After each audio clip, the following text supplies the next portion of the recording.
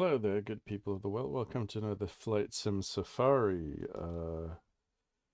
Tonight, I will do a couple of more flights for the BushDivers. The last time I tried this, I think it was the day before yesterday. Things didn't go very well because of all kinds of issues, and my sim was freezing up, and I just didn't have. I was annoyed, and I didn't have the motivation to go on, so I cut the stream and the recording. Today I hope things will go a little bit better. Let's put away the trash, not putting it into the camera here.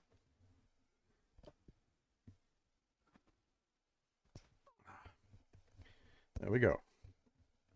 So the other day I was flying a couple of days ago. I was flying the Islander from Black Box, and I really, while I still love the Kodiak a whole lot, for some reason these guys from the Simwork Studios, they're delaying the Kodiak for whatever reasons. I don't know. So, and since the Britain Norman Islander is a plane that was designed specifically for Flight Simulator 2020, I currently enjoy that more, possibly even more in the future as well than the Kodiak 100. So we'll see about that. So as usual, the sim takes forever to load. So let's set up some other things here along the way. First of all, let's take a look at the BushDivers website. I have earned a couple of bucks the last couple of days, $168,000. That's not a whole lot. I still need like the cheapest. I think I said that before. The cheapest the cheapest Islander that I can get currently is around $380,000. I'm not nearly close to this number. I could possibly pick up a loan, but I don't really want to do that. So a whole lot of work still to do before I actually can buy one of those, and that's only going to be used one. So let's take a look at the contracts. The last time that I flew, I ended up in Alpha Yankee Mike, which is the airport of. It's not Morrow. It is the airport of Kaibo. It's the Kaibo airstrip. It's close to Morrow, actually. Let's take a look at the map here. There is Mount Bozang. There is Mount Hagen. I think Morrow should be somewhere around here, but I might be mistaken. Well, I'm going to show. Oh, there we are. This is it. Kaipu. And there's Morrow. No, this is not Morrow. Yes, it is Morrow, for crying out loud. So, we are here right now, and we're going to pick up a proper. Oh, look at that. That is actually pretty simple and pretty lucrative. Like 30 nautical miles, 9 people to ferry, and I'm going to get like, oh, it's going to earn the company like 5,600. This is quite a good deal. So let's pick that up. Go to the flight dispatcher. Here we are. We've got 2 Britain Norman Islanders currently. Both are not looking too good. What have you done with my baby? I was flying it a couple of days ago, and somebody else picked it up, obviously, and did a little something to it. This is not fun. Let's pick that one up. Standard flight, and the destination will be Alpha Yankee, Hotel Yankee. 9 people, and we're going to have to add a little bit of fuel at least. just to be safe. Let's pick that up. Should be good enough. 43 gallons of fuel. Quite expensive nowadays.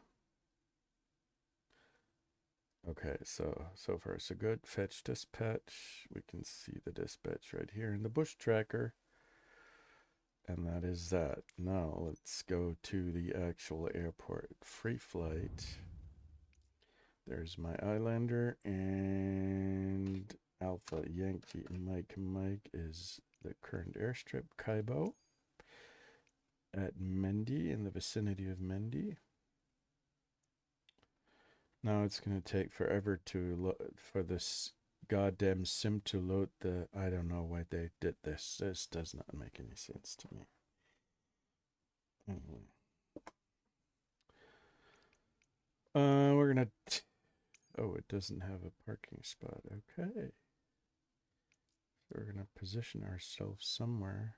Let's go to 9 o'clock in the morning, something like that. Real weather. And the weather does not look too good, really. Let's wait for the sim to load. Oh man. Let's get rid of the clouds, because I cannot see a damn thing.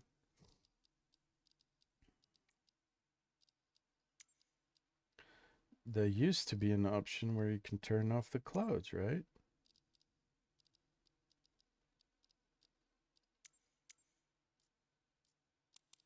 Map view, satellite view. How about the... Yeah, that's better. Okay, so we're going to go to the end here, because that seems to be the parking lot. Let's say this is departure, and we're going to start on the ground with a shutdown plane, and everything else we're going to set up in the sim.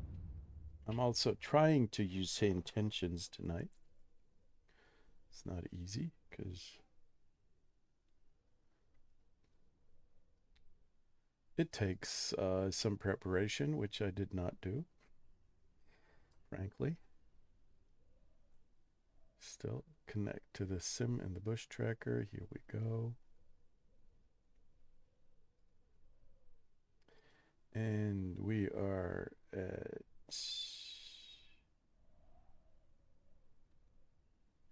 We are here at La La La Do Do Do.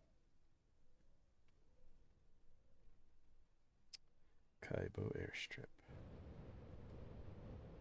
The weather sucks, actually. Nah, not that bad. Could be worse.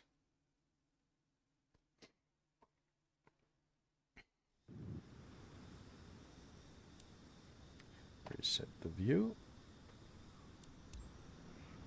I have created a shortcut. Oh, by the way, for you people out there who despise having to do the pre-flight check here, go ahead, go about the plane and having to remove all the chocks and all the covers and all that stuff.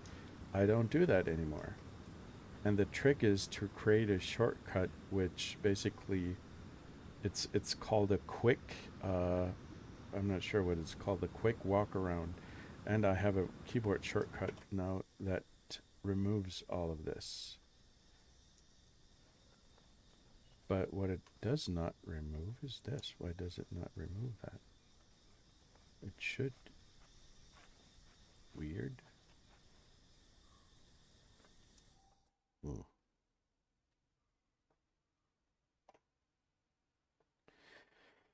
Okay.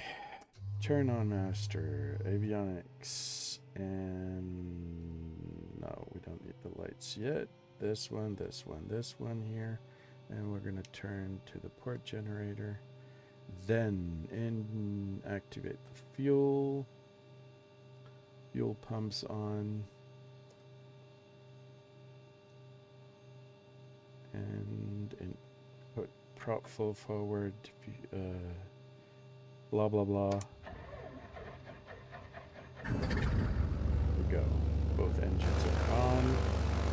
didn't want to open the window. Turn that a bit. Okay. So.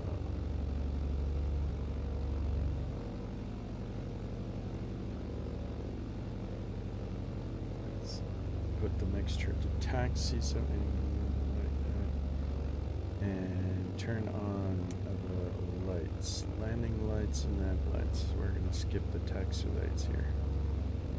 Beacon on. Okay, we're going to turn off external and we could turn off external anyway. So, and increase the RPM, the pressure a little bit here. Manifold.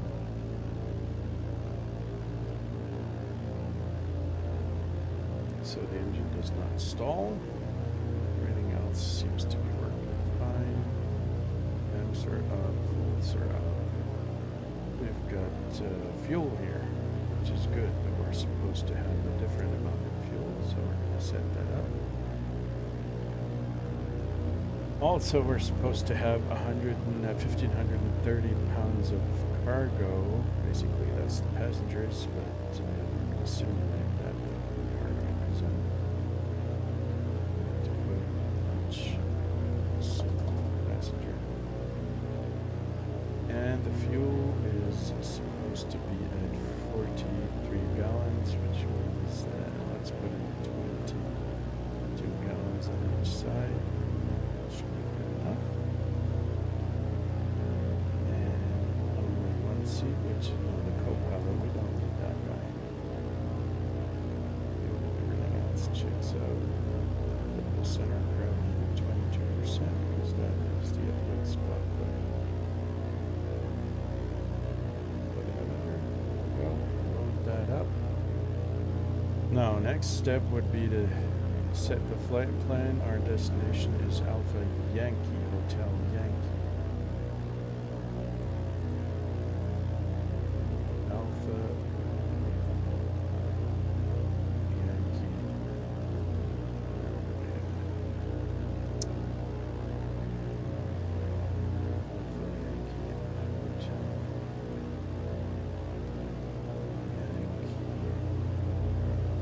Yeah, that's Huya. Activate. Good to go. We're going to configure the autopilot as well. I think we'll go up to like 10,000 feet initially. No, not that much. Like 8,000.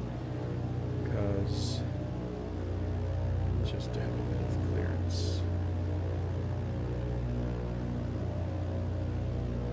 Flying vertical speed 1,000, and we're going to fly now.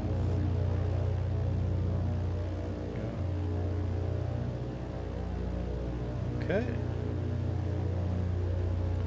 That looks about right. So let's talk to ATC.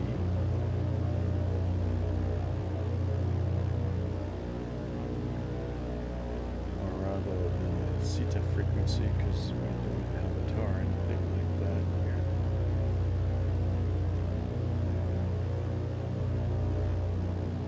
here. Kaibo traffic, Islander Papa 2 Delta Foxtrot Delta taxiing to runway 11.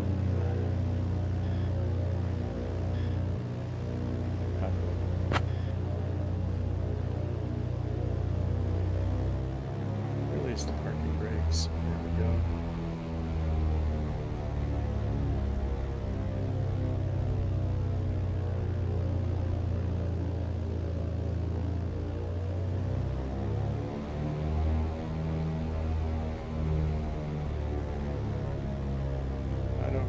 We should have any trouble taking off here because the Islander can do a very, very quick takeoff. Also forward.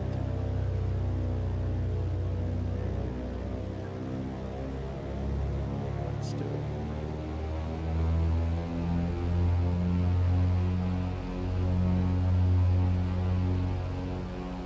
Kaibo traffic, Delta Foxtrot Delta is taking off at runway 11, westbound departure. Kaibo.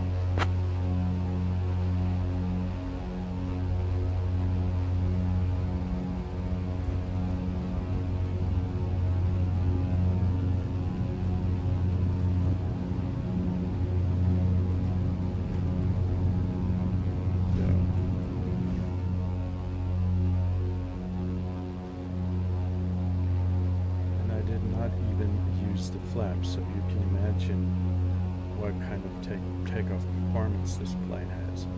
To be honest, I forgot about the flaps because I was not using my checklist, but the Islander is forgiving in that regard. You can still take off just like that with 9 passengers aboard. So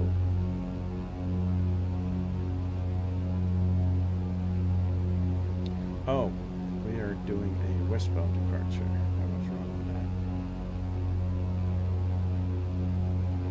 Kaibo traffic, Delta Foxtrot Delta is actually doing a westbound departure. Kaibo.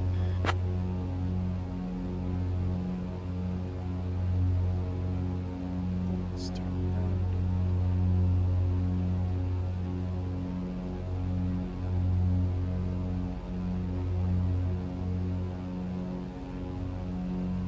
There is another little interesting thing about the Islander.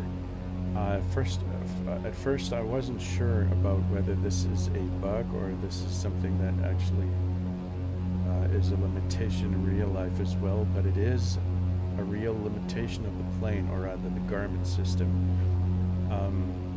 because usually you're able to choose whatever climb rate, whatever vertical speed you want with a plane in the Garmin system. For example, you can, I don't know, I didn't see any limit in the Kodiak. I didn't pull up to like 10,000 feet, but I could do like 2,000 feet without any problem, positive climb rate. But the Islander has a limit of 1,000 feet per minute, and that's by design, basically. There are different options where you can exceed that kind of vertical speed if you really want to. You can either do that manually, flying just like I do right now, fly the plane manually and decide whatever you want to do. Then it's up to the pilot. Let's reduce the RPM here to 2,500. And mixture. There we go. Or you can basically go ahead and choose a vertical, you choose a speed that you can put into the autopilot, which you would do using the IAS switch here. You can put in a speed, and then the plane will fly that speed and keep that speed until you have reached the target altitude, so you can make sure that the plane is most probably not going to stall. Only very unfortunate circumstances. For example, if you have free winds. But in reality, I'm mostly using the vertical speed because 1,000 feet are mostly enough where I fly the thing manually. So, but that's clearing up. That's basically. When I first thought it was a bug, a limitation of this particular model in the flight simulator, but it's not. It's something that happens in real life, or a limitation that exists in real life. That's good to know, and it's thoughtful, really.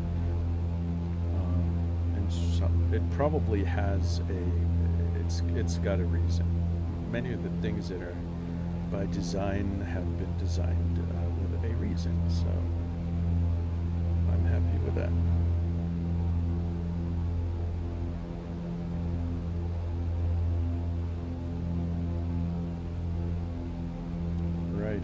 So let's pull back to 2,300 runs per minute, revolutions per minute. There we go. And we can adjust the mixtures so that the EGT value here, the exhaust temperature, is at a maximum, which means that you're going to get the most out of the mixture. The engine is burning fuel efficiently. And my personal target gallons per hour rate is about 10 gallons per hour. That's quite efficient. I'll pull back on the manifold until I reach about 10 gallons per hour. That's fine by me. We have no flaps. Now we could go ahead and call. Oh, look at that weather. Not favorable. We could call.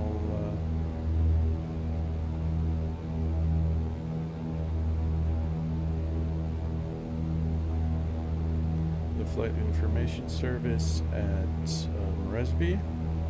Get some flight following, but that's almost useless because I mean we're just 22 miles away. We can just go ahead and fly there.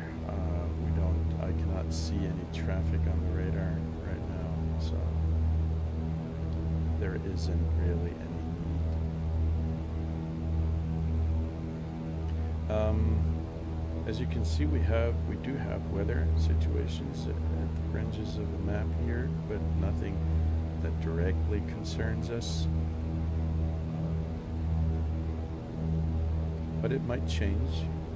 Last time that I flew, which I did not record, I had severe weather here at Alpha Yankee Mike. That was a thunderstorm cell basically right above the airport the night. But I didn't want to fly back, so I put in the autopilot and did a couple of circuits some miles away. Basically, we had the same situation like here, but with yellow squares, which means that we're going to have that there are dense clouds with a high probability of rainfall, even thunderstorms. Some of these squares actually were kind of orange, and the airport was right in here. So we had these clouds here, and then but the clouds were moving very quickly, so it actually made sense to wait. I flew a couple of circuits about this area here down in the valley and just waited for the thunderstorm to pass by, and it did. It took only about 15 minutes. I did have that fuel, so I waited and then landed. That was awesome. And the weather radar is pretty, that you get inside the planes and from the Garmin system. The radar is actually very precise and reliable. And the weather is moving. It's always dynamic. It's a dynamically evolving situation with the weather here on Papua New Guinea, just like in real life. And sometimes it just makes sense to wait a little bit and see what's happening if you can afford it, because you have enough fuel. So,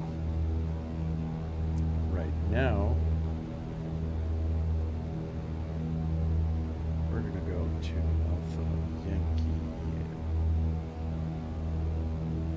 Hotel Yankee, and we're going to select an approach. So let's take a look at the nav map here. And the Huya airstrip is a grass airstrip. And we'll take a look at the weather. Preferred runway currently is AT, but it is an interpolated weather, which means it's an assumption. It's a suggestion what might happen considering the overall area. But the interpolated weather does not mean that it's 100% reliable. The forecast is not reliable. It can change at any time or be totally different depending on the local weather situation. So runway 18, we're going to plan with that, but once we are there and we fly above the air strip, then we're actually going to see what it looks like and whether it makes sense to do what the system suggests. So, procedure. Select the approach. Visual 18. We're going to do a straight fly-in. And we're going to activate the approach here.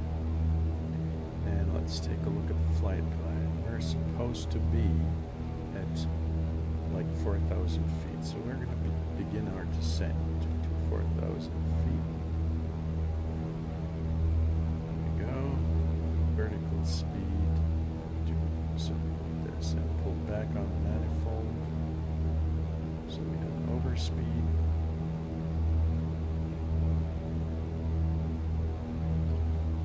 But as the Garmin system has warned us that this is not an ILS approach and the pilot needs to oversee the descent because the system is not able, the glide paths here, the approaches do not factor in the actual terrain. So it does happen quite often on Papua New Guinea that you're getting a procedure from the Garmin system that if you would follow this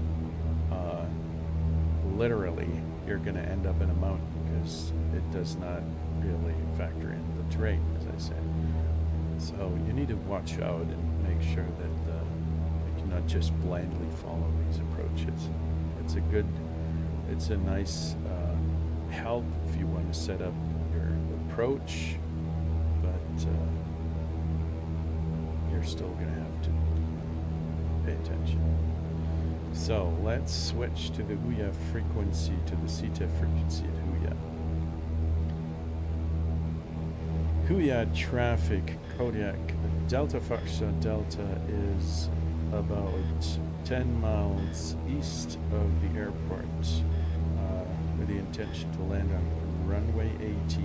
We're going to do a left base on 18. Huya.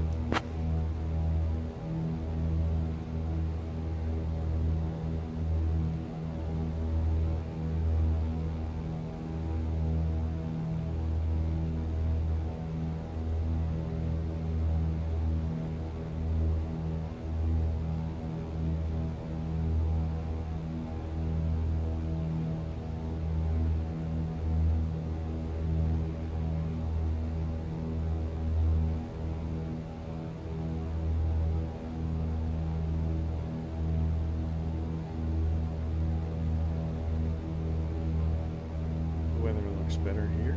It's easier to approach because we don't have so much haze. As you can see, the airstrip is right here. I think.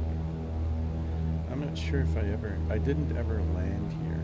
I've done a couple of flights in Papua New Guinea during the last months, but I don't think that I have landed on it. No, this is not the airstrip. Where is it? Should be somewhere up ahead. On the left-hand side.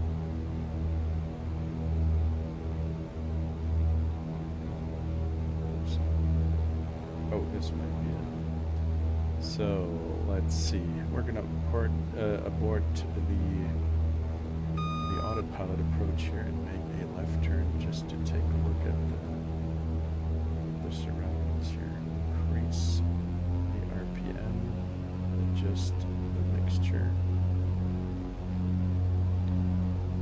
And let's take a look at the actual runway. I need to see it, because this is not a very nice way to approach the airfield, because there is a steep drop behind that ridge.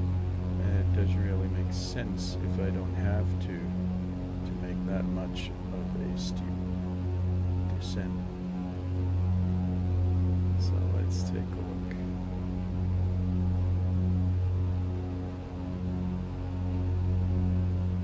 I want to see what it looks like. This airfield. That looks like an airfield here. It's got a steep climb up the hill. Look at that.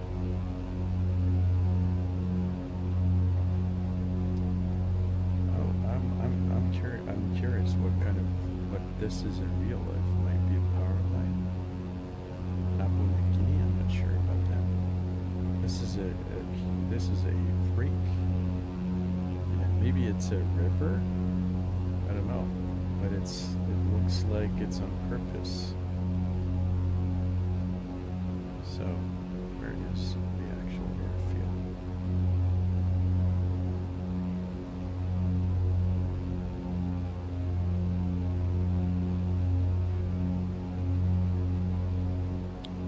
I think it's this one right here.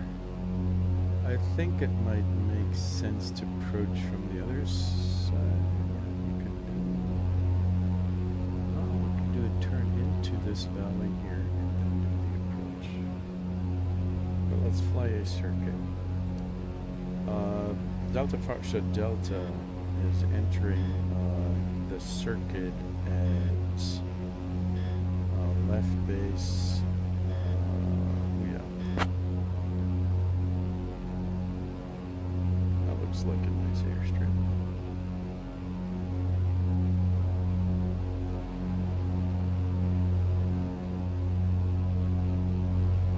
Actually makes sense to approach from this side here. I think that is the intention.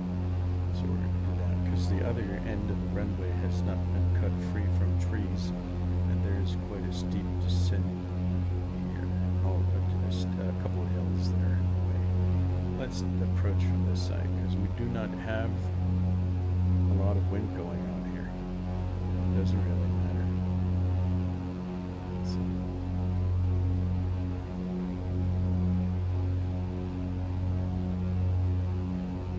Huya traffic, Delta Foxtrot Delta is on downwind runway 36.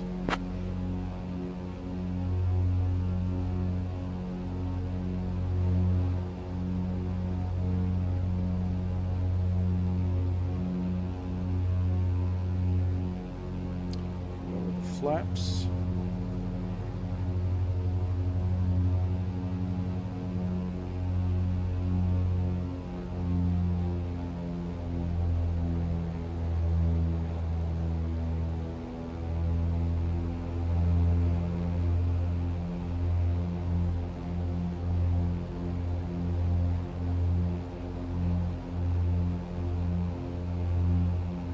Traffic, Delta Foxtrot Delta is entering left base 36.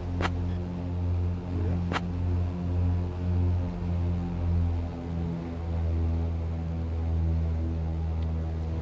Flaps fully.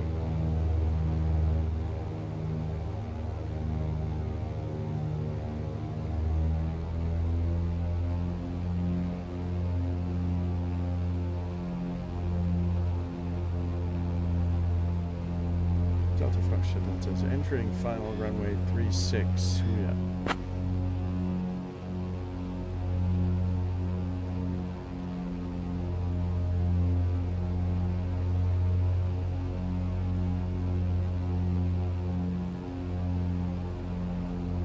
That's one of the things that I really cherish about the Islander. It is, compared to the Kodiak, is it is an utterly stable plane. It can do, it's a lot easier to do crosswind landings with this thing.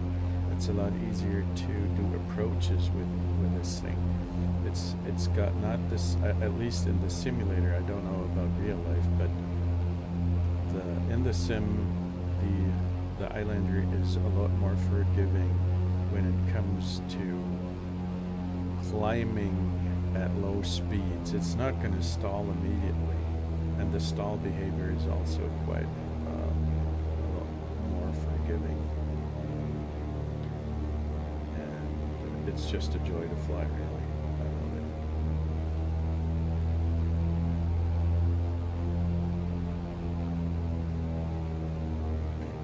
Short final 36, Delta Foxtrot Delta.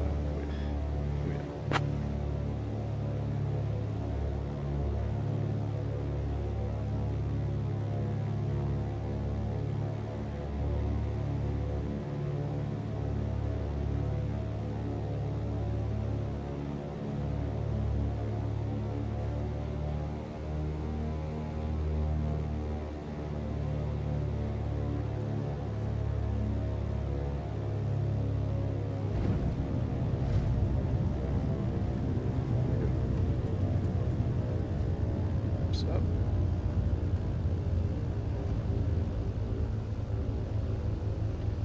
There there's a, as you can see right here, it's a little bit sloped. The runway is sloped, which means it's, oh, we can actually turn, go together.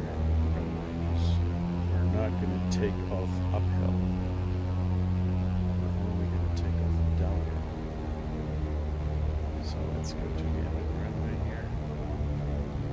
Get rid of the cargo and pick up another contract. There are quite a lot of rocks here.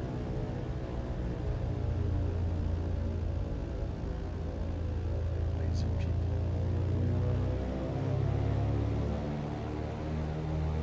Okay, since I will have to cut off the engine here, let's go ahead and do that.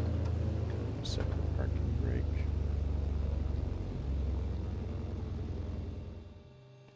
So here we go. Where is my bush tracker? There it is. Oh, you gotta be kidding me.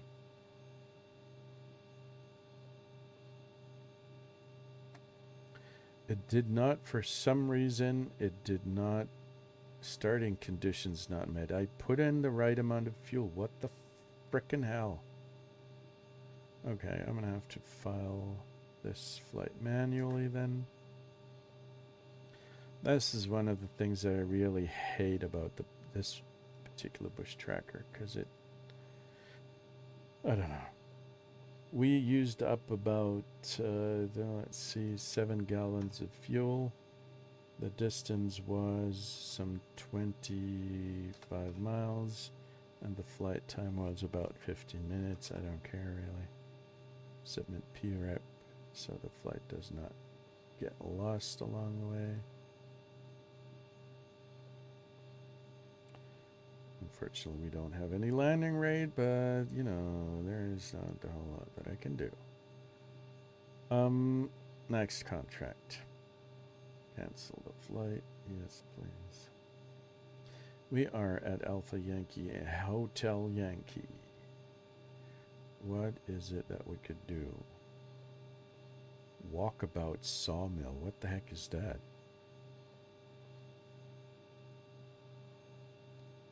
I have no clue. Let's take that one. Sounds good to me. I believe that we're going to have to share this contract because we cannot carry that much luggage around with us. Split the contract. So I think that we can realistically pick up about 2,400 pounds. So we're going to save that split. It's going to give us about $5,000. That's good enough for me. The destination is Alpha Yankee November. We're going to add some more fuel. Fuel is quite a lot cheaper here.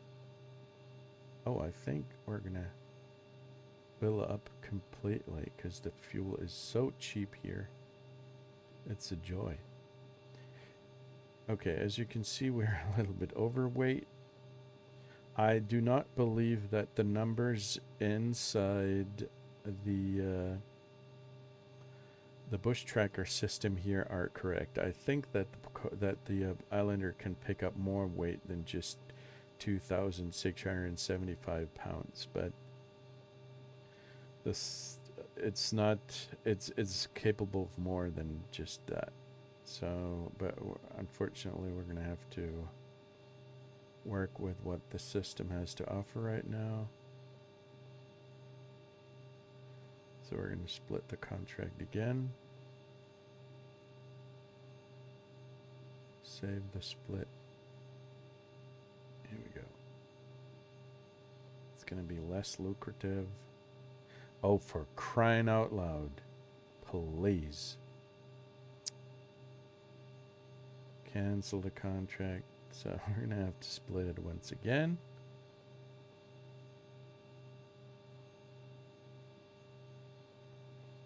Is that good enough for you now?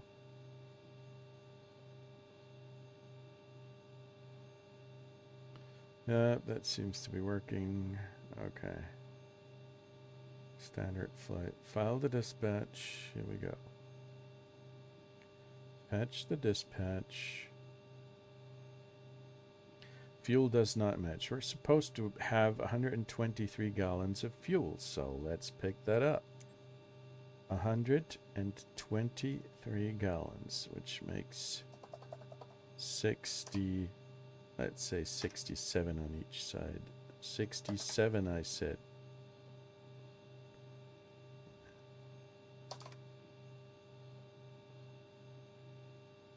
No, I'm not really that good at math. I'm sorry.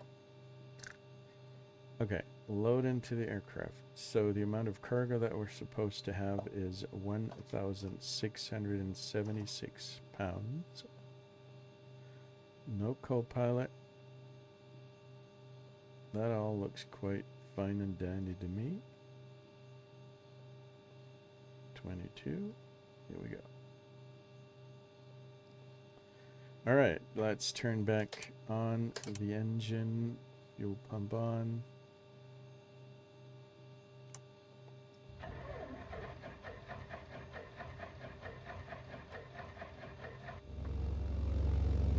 Oh.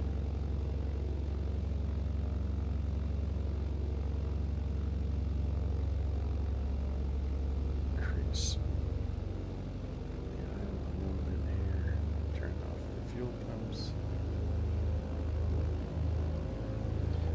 Flaps to take off, and let's put in some proper takeoff trim because I forgot that last time. Doesn't matter that much, but it's good to have.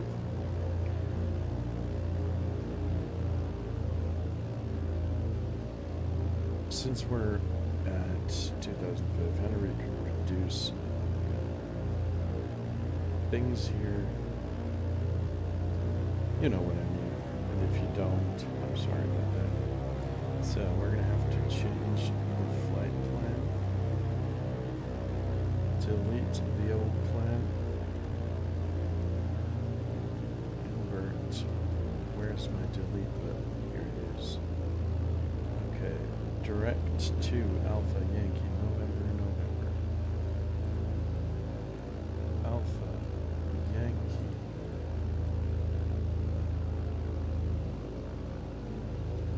November and another November.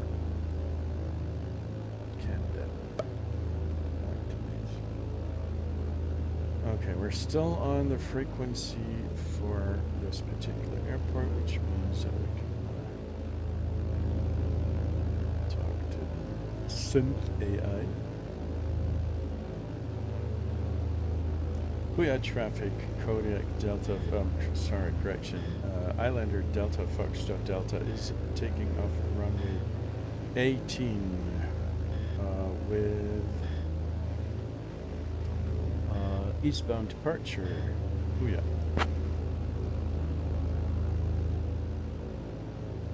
So increase throttle.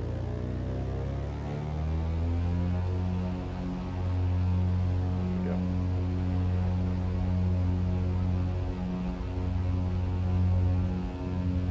Airspeed's alive. 30, 40, 50, 60, 70, and pull. There we go. And as you can see, this thing is still accelerating, which is nice. Raise the flaps already.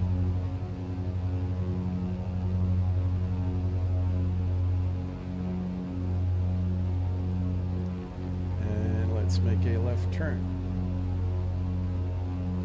towards our destination. Considering the fact that we are about 55 miles away, it actually makes sense to call Moresby and ask for a flight following.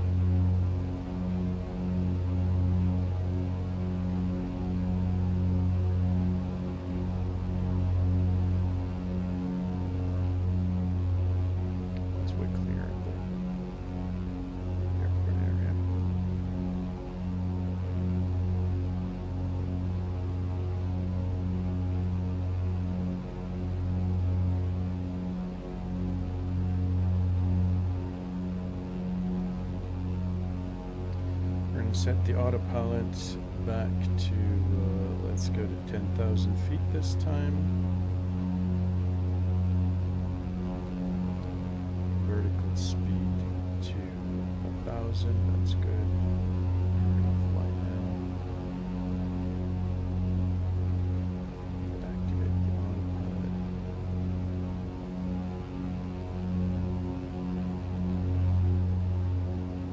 Moresby, Kodiak, I'm sorry, correction. Moresby, Islander Delta Foxtrot Delta just took off from Huya Airstrip. Destination is Alpha Yankee November, climbing to 10,000, request flight following.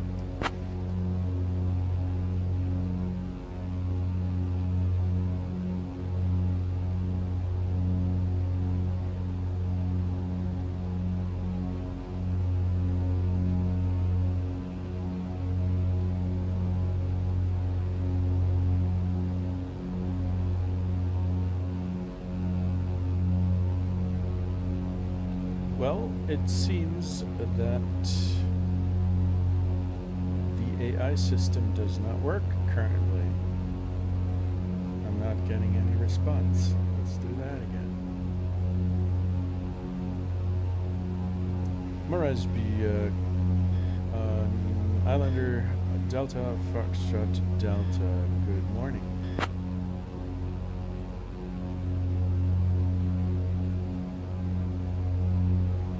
Islander Delta Foxtrot Delta, flight following is on request. Squawk 4454, then I attend. There we go. 4454. Transponder 4454. Dent. Let's see. Port Moresby Center, Lima Papa 49 Bravo, ready to copy IFR clearance to Como.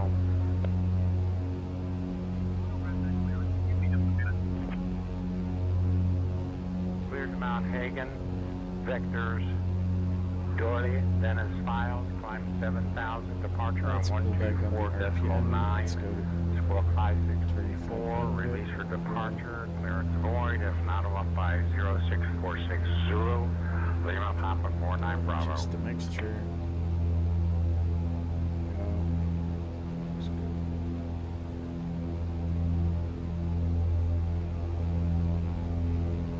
Moresby, Islander Delta Foxtrot Delta. Did you get my last message?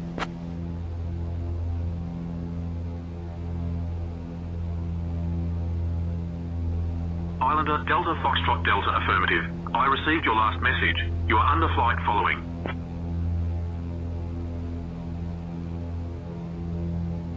Moresby, Delta Foxtrot Delta has destination Alpha Yankee November. Please confirm.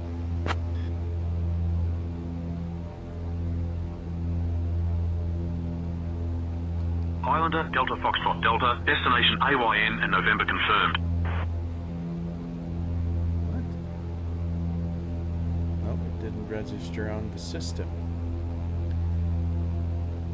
Moresby, Delta Foxtrot Delta has a destination Alpha Yankee November.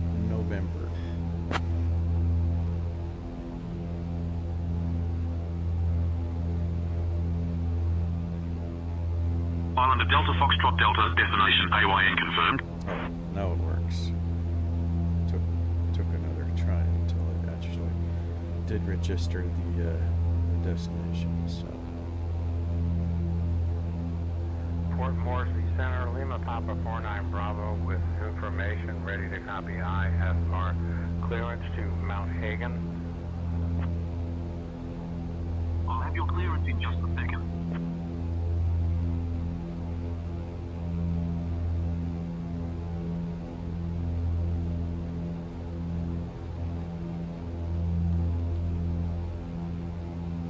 Okay, next up, let's take a look at the possible approaches. Our destination is, I've been there, Alpha, as I can see it on the little nav map. I've been at this airport before, so it's not completely unknown. It's got a, it's actually got tarmac. So let's take a look at the current conditions. It's interpolated weather, which means might not be totally accurate. Preferred runway would be 09er. That's good because I think that is the only really comfortable option. Looking at the other side of the runway, we have quite a lot of hills here. I'm not sure how this is actually working out if you want to approach from this side, but it's good to be able to approach from this side because it's more convenient. So 09er it is. Let's put in that approach. Visual 09er. We're going to do a strike and activate this pose.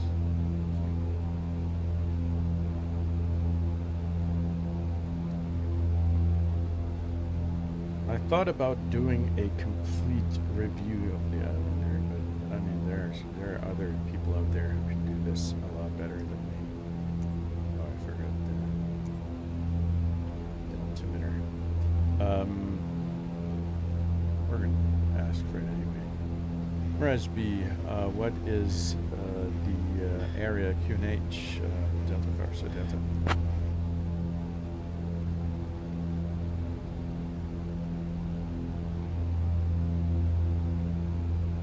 Island Delta Foxtrot Delta, Q and H Delta is a restricted area. Ensure you have clearance before entering.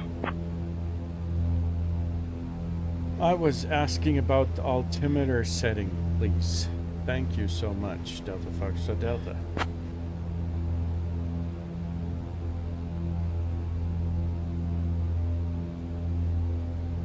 Islander Delta Foxtrot Delta Como QNH 1017. 1017 Delta Foxtrot Delta.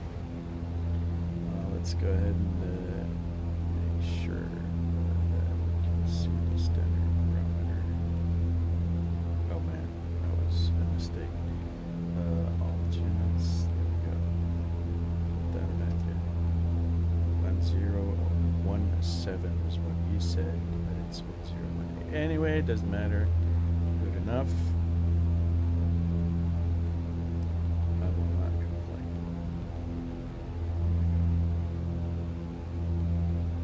Setting marks for me, that's good. I haven't been playing around with the options on this plane yet.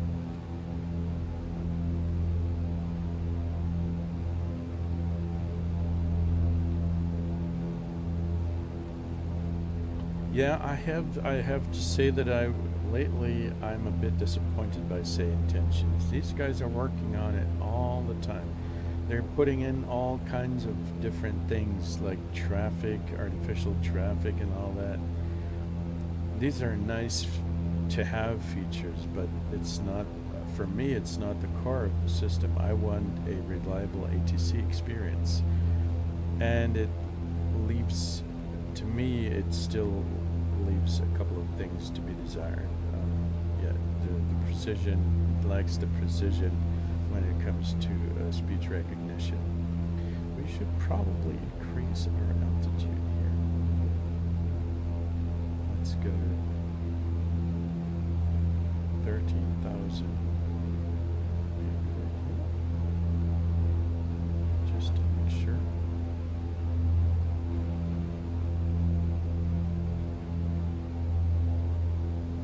Yeah, so Say Intentions is still good fun, really, but once again, I've done that in the past, and I decided, and I changed my mind, but currently I have stopped the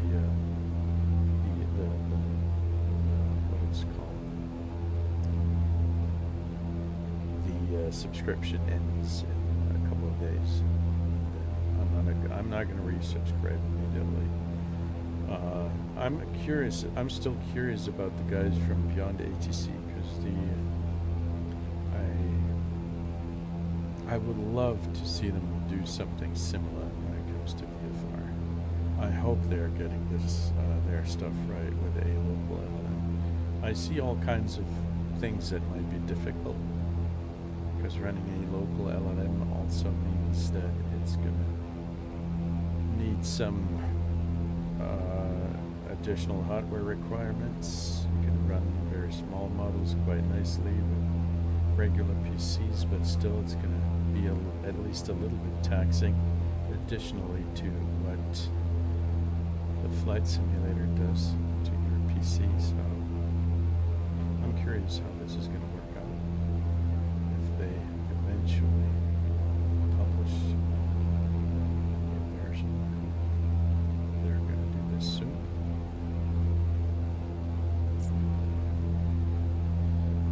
And again, I'm ferrying around Portland cement. You know, it's good stuff. I'm not sure if you can eat it, but it's something that's probably worth having.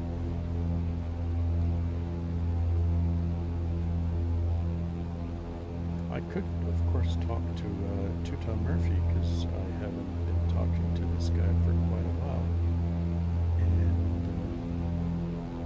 He's probably going to miss me. Where is my little map window? There it is. So hello there, Murphy. How are you doing?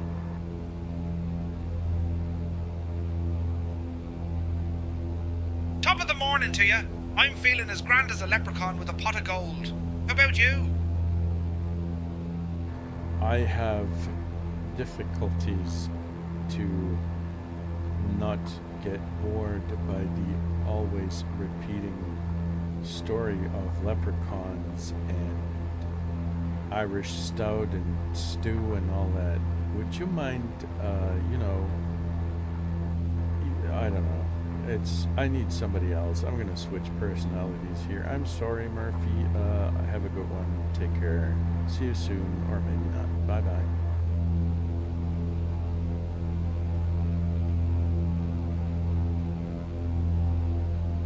No worries at all. If you're looking for a change of pace, how about we take a wee detour to Mount Gilooey?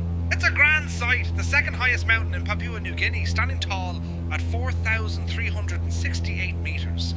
Just heading 105 degrees and about 59 miles away, you'll be looking at a real beauty. It's a favourite among trekkers and adventurers, and the views from the top are simply breathtaking. So what do you say?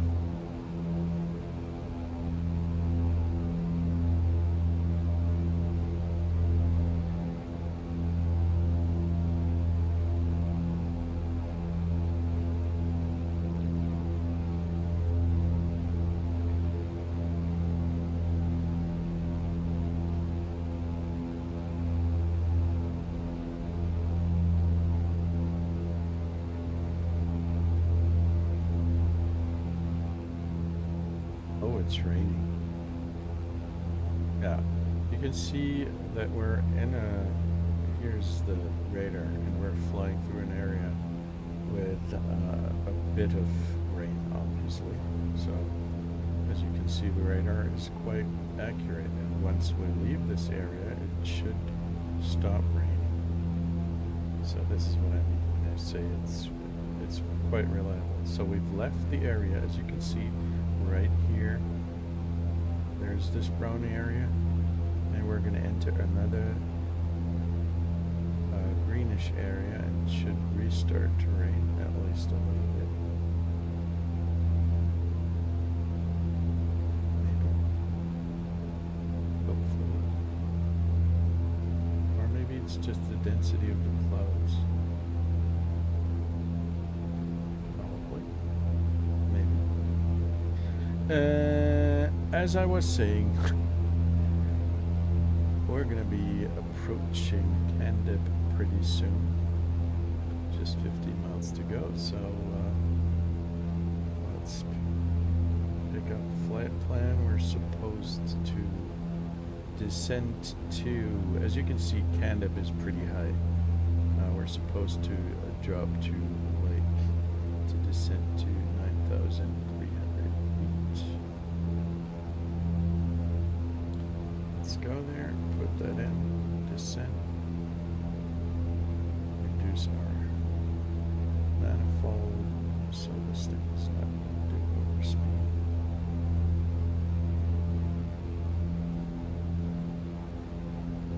We're going to fly in the middle of these clouds, but I don't care that much.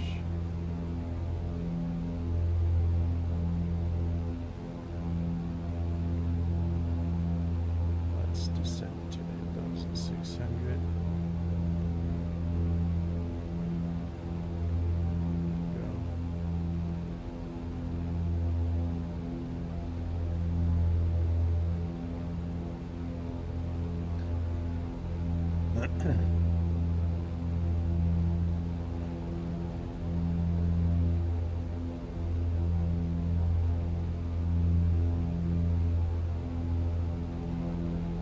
One thing I like about the Outlander as well is the fact that it's not going to get intimidated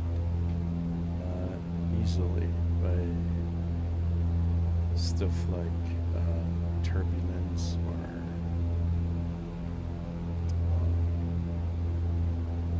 maybe some rough weather conditions. It's quite a stable platform, airframe. Good to fly, easy to fly. I love it.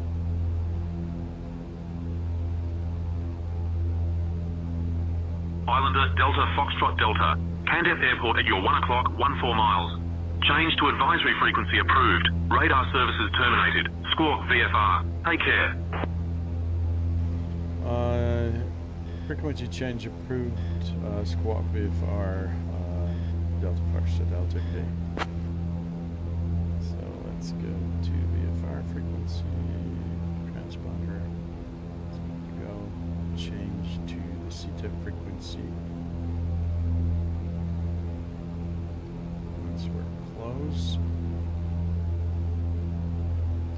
Now we're going to have to take care a little bit because I will.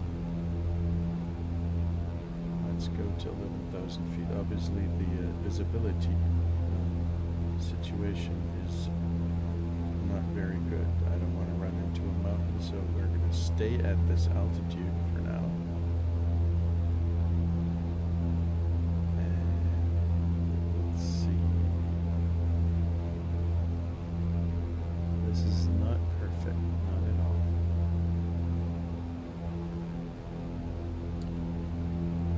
We might have a bit of luck right here because as you can see, the clouds might actually go away at this point here. We might be able to do a final.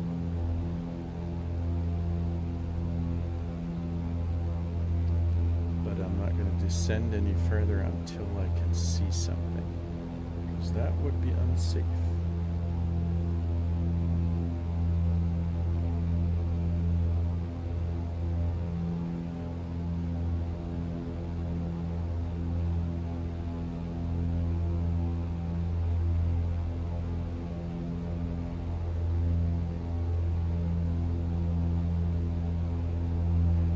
Let's hope for the best.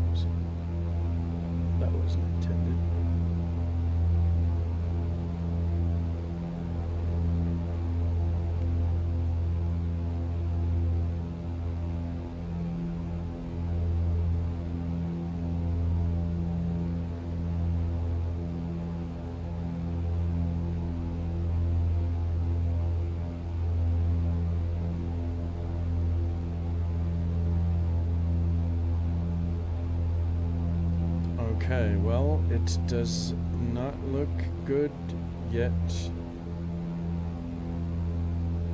We could, of course, lose some altitude. I'm going to fly manually now. Increase RPM and drop. Because one option that we always have is to take a look at the synthetic horizon here. But it still isn't perfect.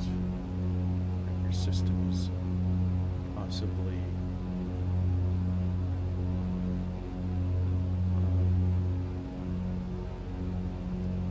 that could possibly have an error, not work correctly.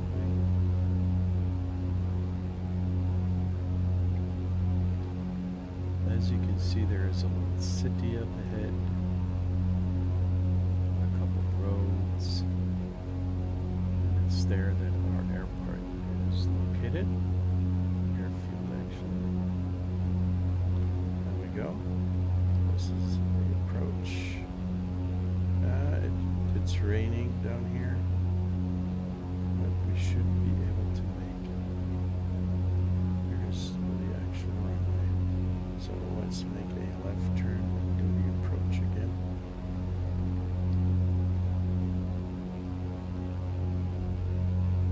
CANDEP traffic, Kodia Delta Foxtrot Delta is on final runway.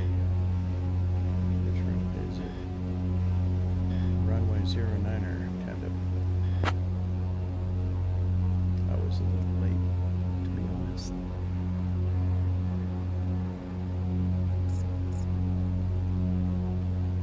So go ahead and lower the flaps.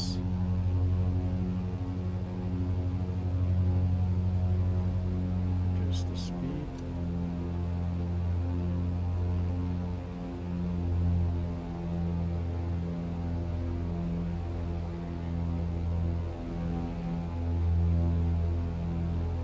Lower the flaps fully.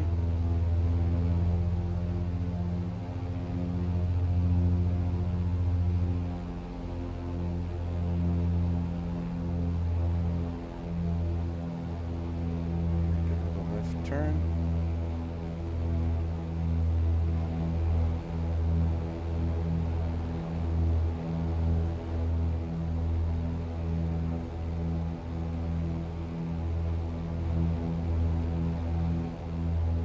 We're parallel to the runway right now, and then we're going to have to do another 180.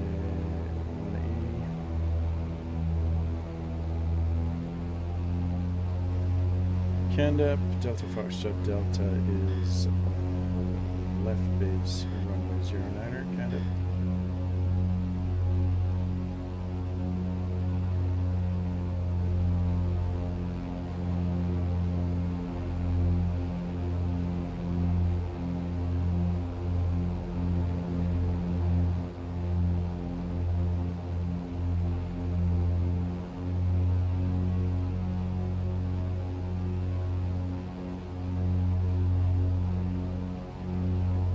Traffic visible on the radar. That's good.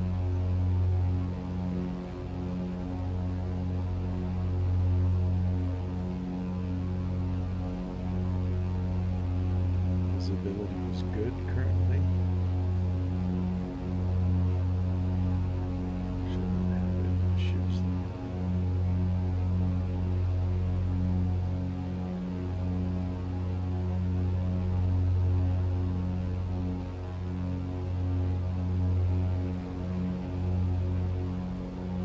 CANDEP traffic Delta Foxtrot Delta is entering final runway 09er, CANDEP.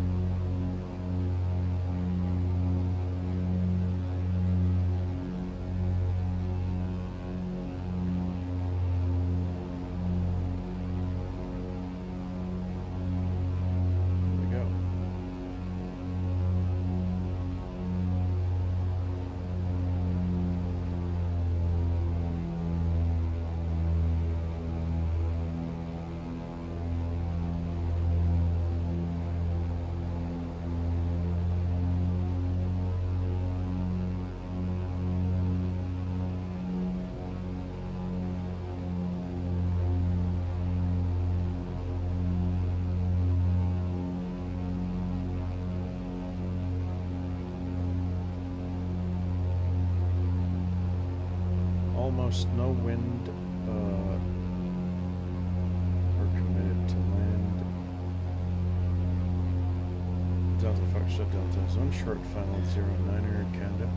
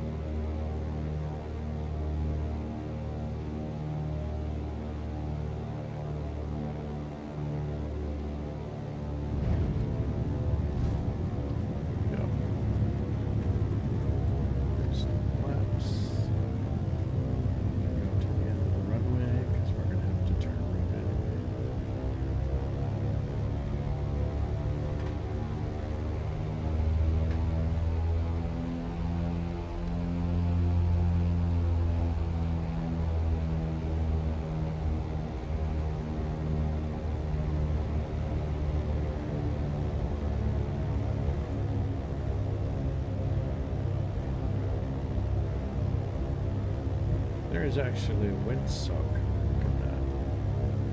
But as you can see, it's not moving at all. There's no wind going on here.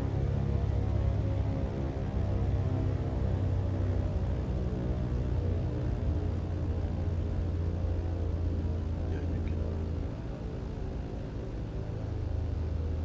smile at my behind.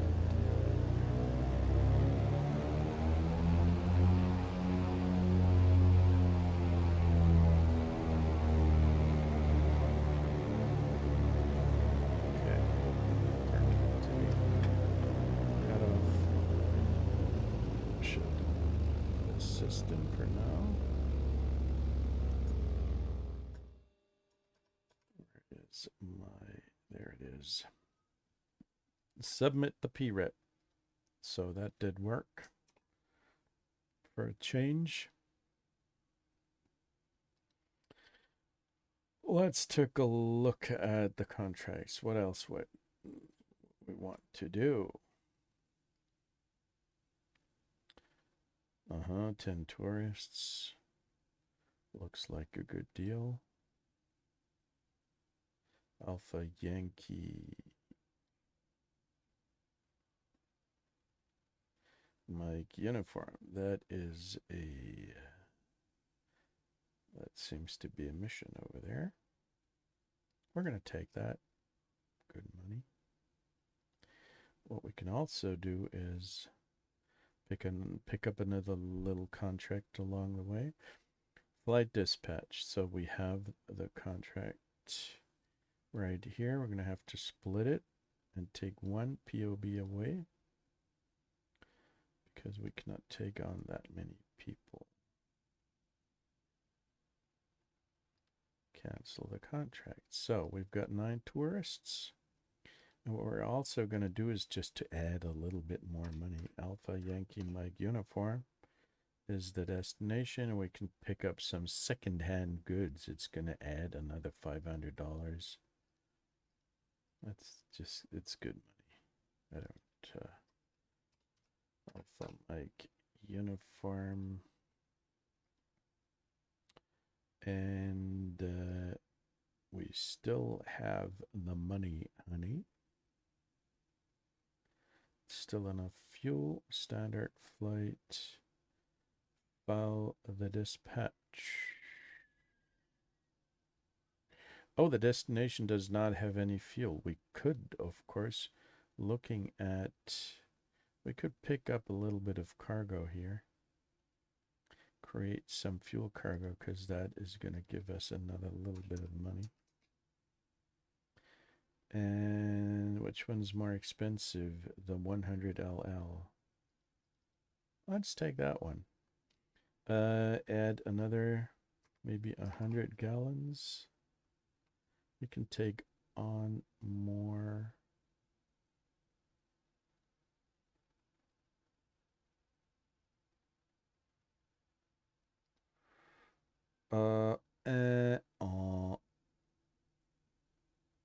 $599. Let's take on 150.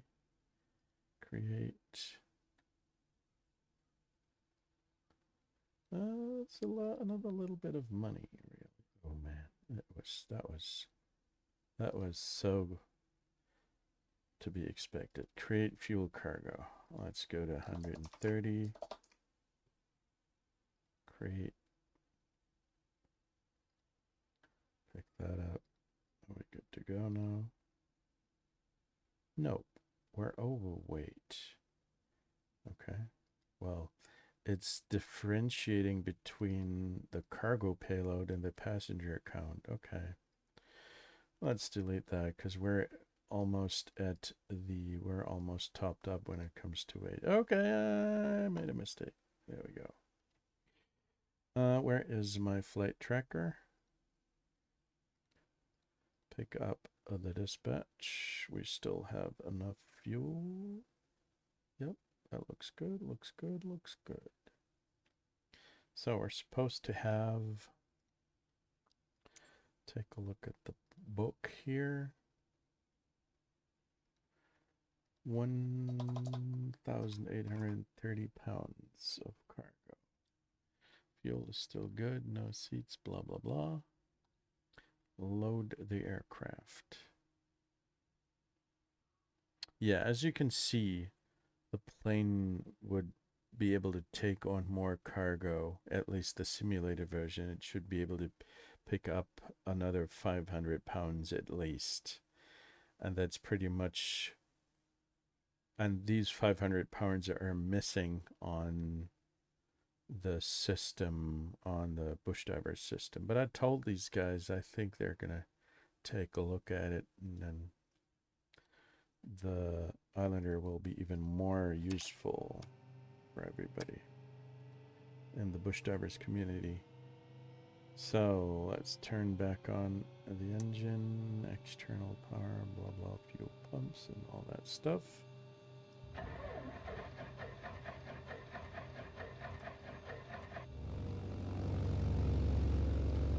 Go.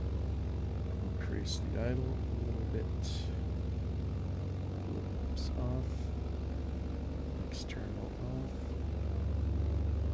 Dope. Darkness system good to go. We can start to change the flight plan here. Menu. Delete the flight plan. Direct to Alpha. Yankee.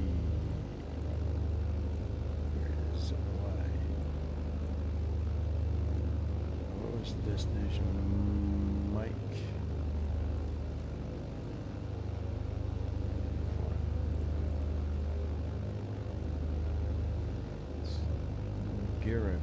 Girambin airstrip. Activated. It's some 62 miles away. That's fine by me. So, let's talk to traffic, Candip Airport, seat of frequency. Candip traffic, Kodia Delta Foxtrot Delta is taxiing runway 27. Candip.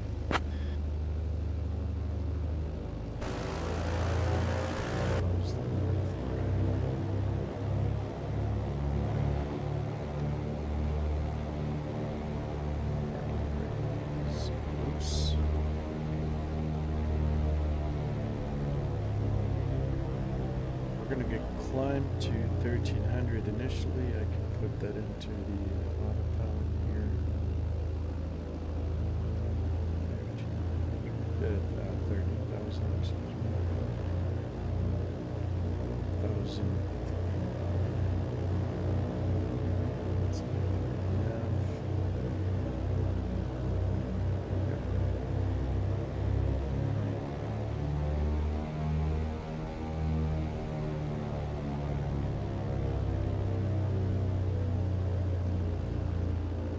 Candip traffic, Delta Foxtrot Delta is taking off runway 27 with eastbound departure, Candip.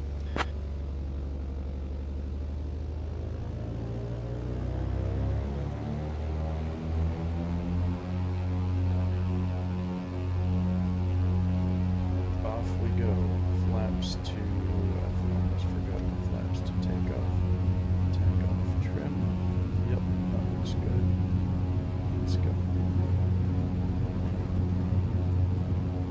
60, 70, rotate, take off, trip the nose up a little bit.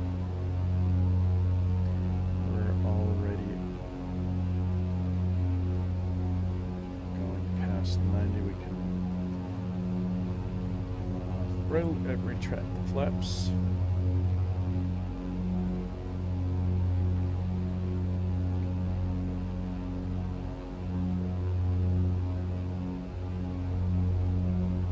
Adjust the mixture to get the maximum performance and efficiency.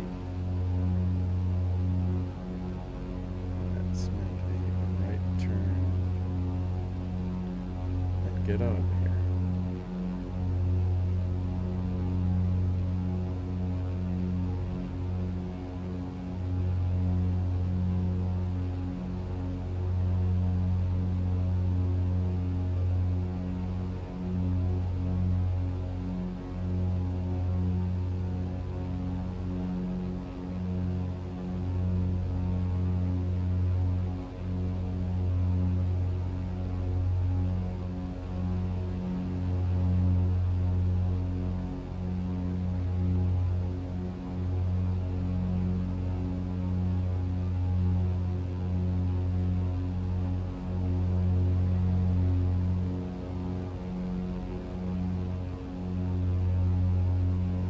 Moresby, Islander Delta Foxtrot Delta just took off from Candip Airport, climbing to 3,000 feet. Destination is Alpha Yankee Mike Uniform. Request flight following.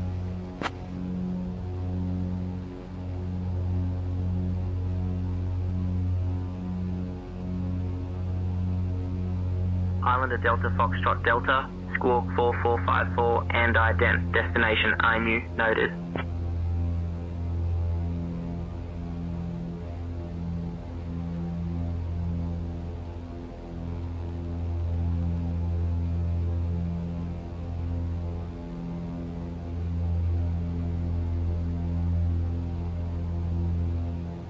Islander Delta Foxtrot Delta, radar contact. Over Candep Airport at 10200 feet. Candep QNH 1019er. QNH 1019er for Delta Foxtrot Delta.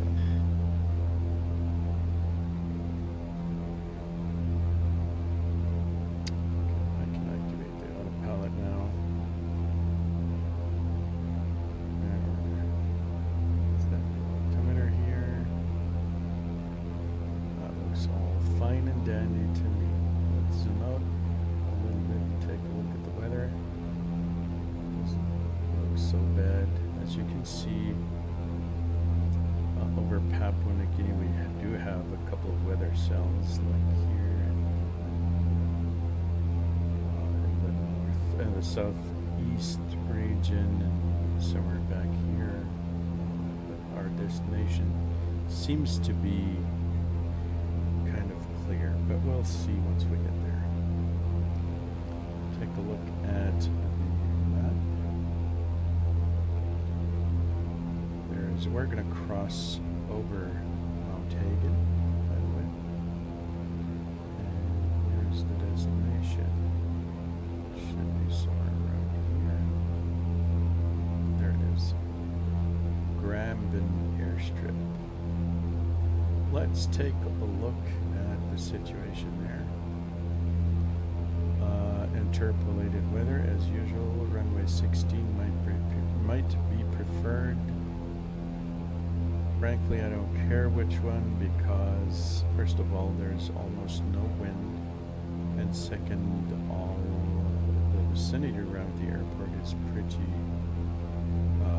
There are no obstacles really, so it looks quite nice. As you can see from the tracks that I have flown over Papua New Guinea, these are the tracks that show where I have been the last couple of flights, and I haven't been at a Alpha Yankee United Foreign. So we'll see how it goes. It's a grass airstrip. So we're going to plan with runway 16. Might not necessarily be the real final runway, but it's always good to have a plan. Procedure. Go. 16 visual, straight fly in. That's good for me. Activate. Let's take a look. The actual runway is at about 6,000 feet, so we're not going to have to descend that much on approach. We will fly through the Mount Hagen area, so we're going to get some clearance along the way, but usually that's not an issue either. So we're at cruise altitude. Let's go back to 2,300 RPM and make sure that the airplane does not use up more than 10 gallons per hour. That's good. Nice. And adjust the mixture to the best setting possible. And let's relax for a minute.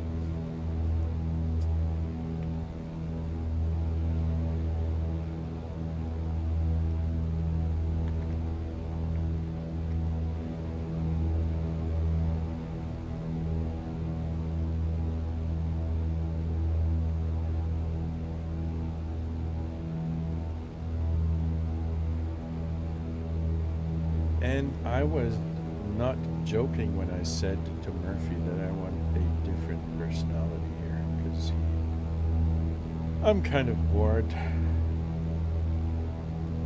We have Janet. Oh, you know what we could do?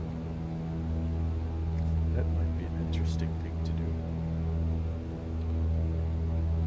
We do have a bit of turbulence here. What I have not been doing on the stream so far, I'm not sure if it's actually allowed or not, but frankly, right now I don't care. We could do a little bit of conversation with ChatGPT. Why not? The question is, wait a second.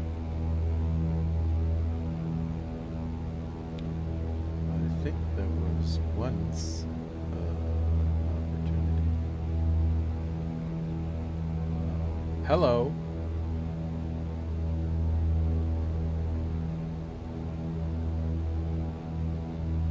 No, that doesn't work. This is not what I'm looking for. Library.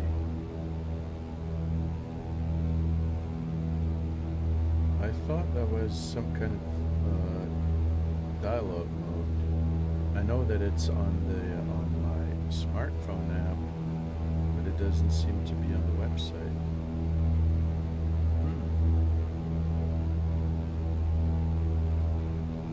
That's too bad.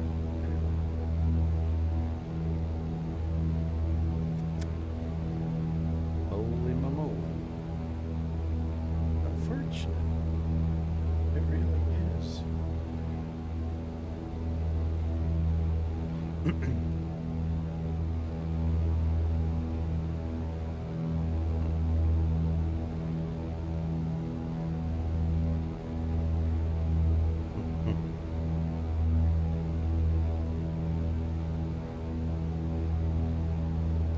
Weird stuff. Anyway, what was Skywest 510 Moresby info. Pass your message with details for your flight plan, including aircraft type route, estimated time of departure, and estimated time en route. Yeah. They're talking all the time. Yankee Romeo Juliet. Sorry, no. Cancel. Skywest 510, roger. Radar services terminated. Squawk VFR.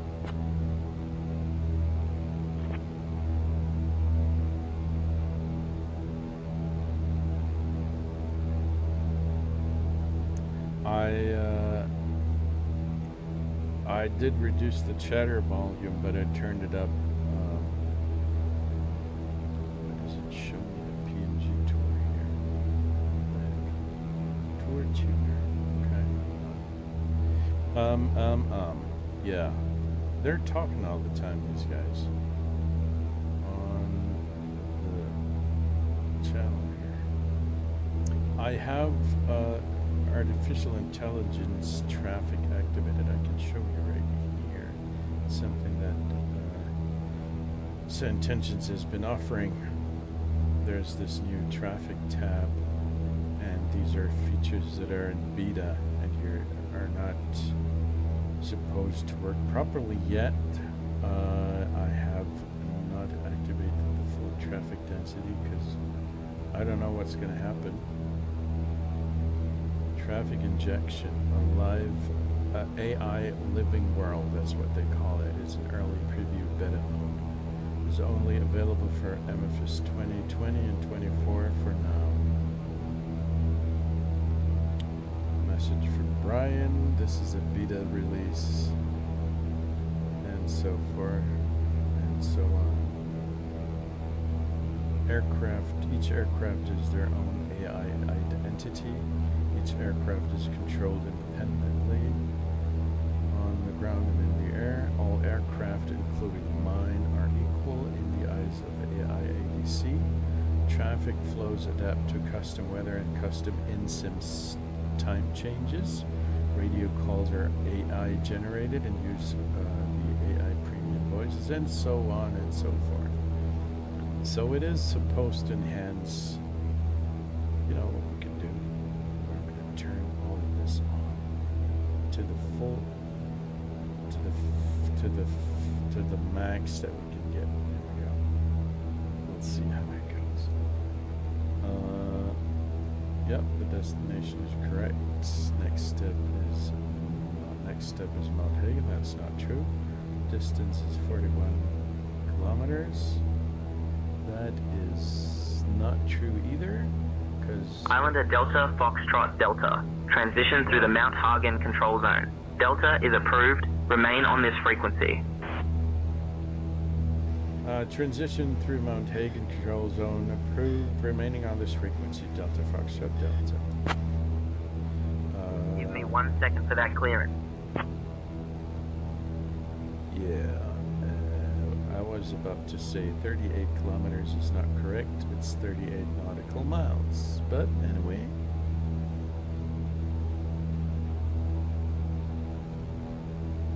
Radar contact is true. Skynet blocked by firewall. Why is it blocked? Blocked by firewall. Wait a minute. That's why I'm not seeing any. Oh, wait a minute. Let's read that again. Our AI living world is easily one of the most challenging and ambitious projects ever undertaken in flight sim, blah, blah, blah. Deploy an early prototype, blah, blah, blah, repeat, and so forth and so on.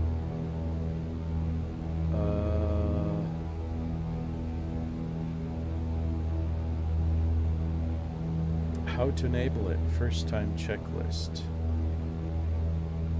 I did the agreement stuff. Make sure your say intentions app is yes, it is. Read and tick the two agreement boxes. I did that, yes. On the traffic tab, pick any density you like. I did. I put it up to 11 on both accounts. Load in at your favorite airport time. I did that. Wait 1 to 2 minutes. Gates will populate with static aircraft first. I didn't see anything. Moving traffic allows blah blah. Turn off all multiplayer chatter options if you don't want those voices mixing with the live traffic. Disable, turn off all other traffic injectors like I don't have any of those. How do I get the best performance? Yeah, okay. Nothing, oh. Add SI dispatcher to public. Okay. I am unaware that I should have any kind of firewall setting. Firewall, network protection. Let's take a look. I'm not really a firewall guy, so domain network, private network, public network. That's not what I'm looking for. Allow an app through firewall. There we go. Let's see what kind of apps are available here. Soon music. Let's take a look at say intentions. Is there any kind of thing that's cool? Skynet is. Let's activate public.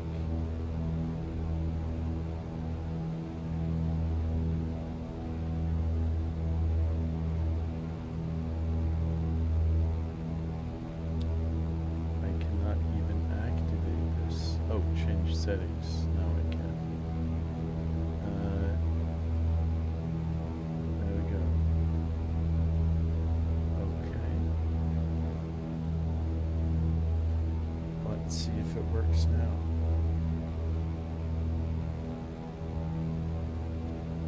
No, it's not blocked by firewall anymore.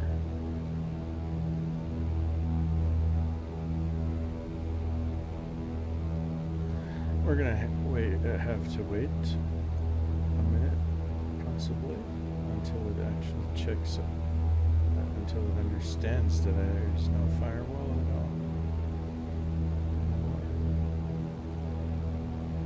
Or I might even have to restart this intentions, possibly. We're gonna do that. Yes, please.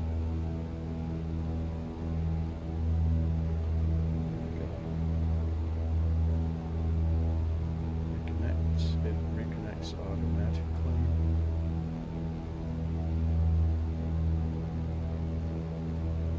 No, it is not blocked. For crying out loud, I just removed the block. Well, I'm gonna find out about that one more time.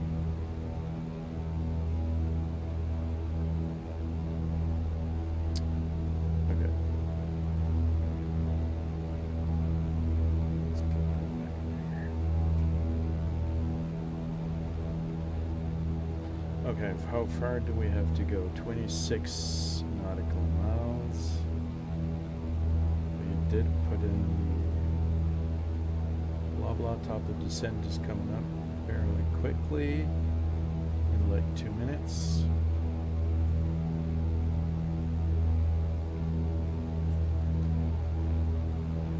Yes, ma'am.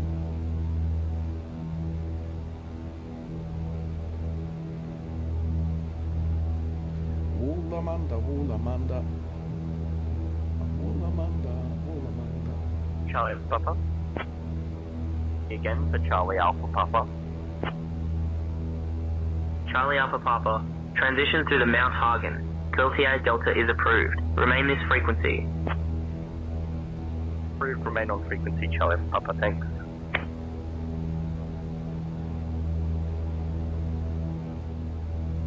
Oh, there could be another problem with firewalls. Let me take a look. Because, yeah, I have something that is called, what's it called? The thing that is the thing. Yeah. Well, I am using Pi-hole.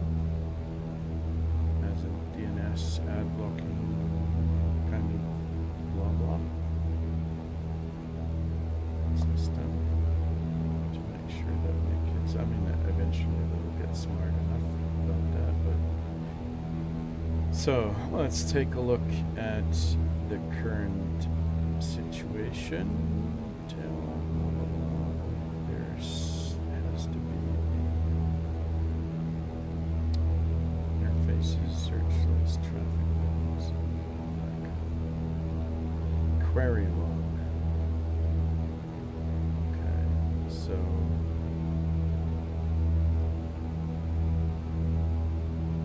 say intentions is not getting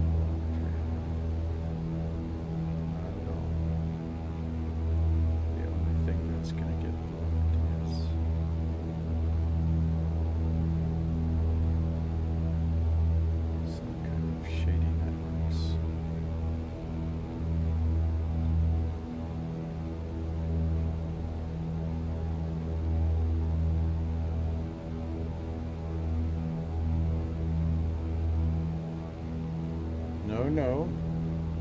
Nothing being blocked, so that is not the actual issue. Goodbye.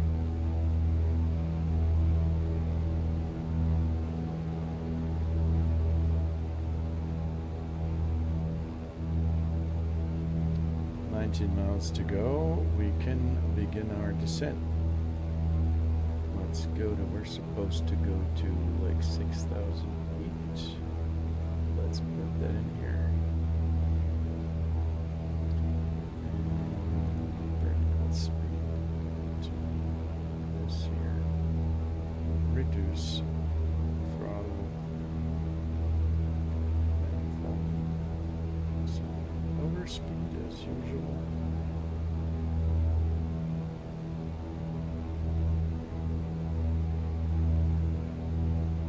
Just the mixture.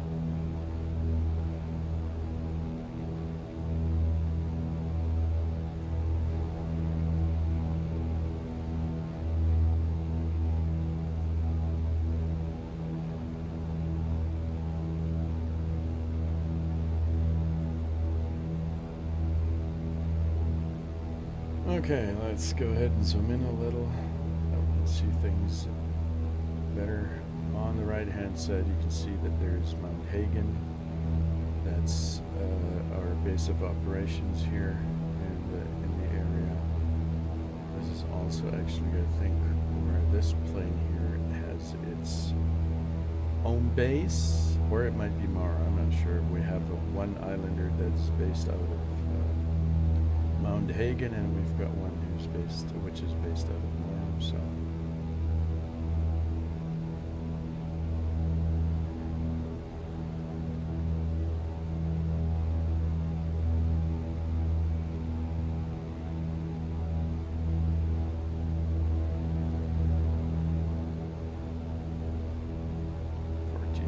To go.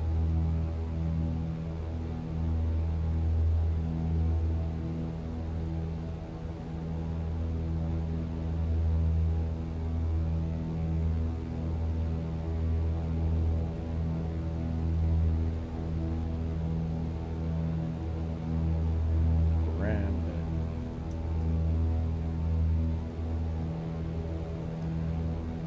traffic.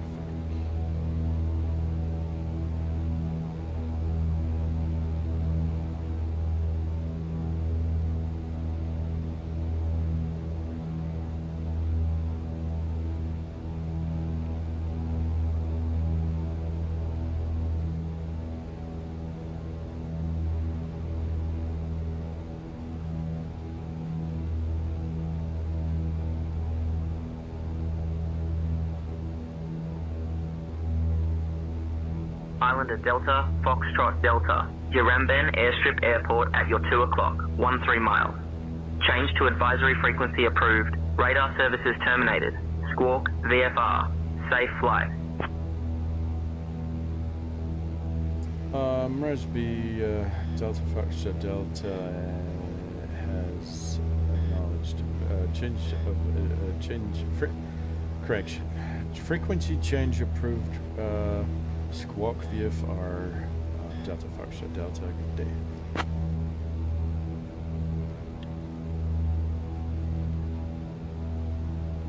Squawk VFR. There we go. So we're going to change to advisory frequency, which should be 1, 2.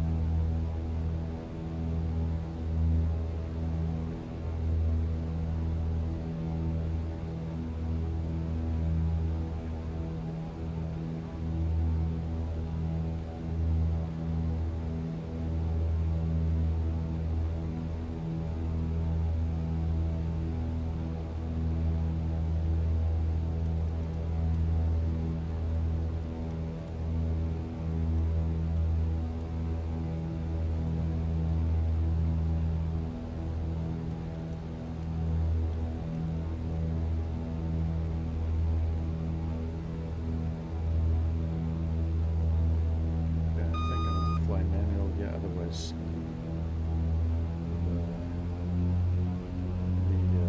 the autopilot is going to run us into the mountain. It's not something that I look forward to. Clouds, we want to avoid the clouds here.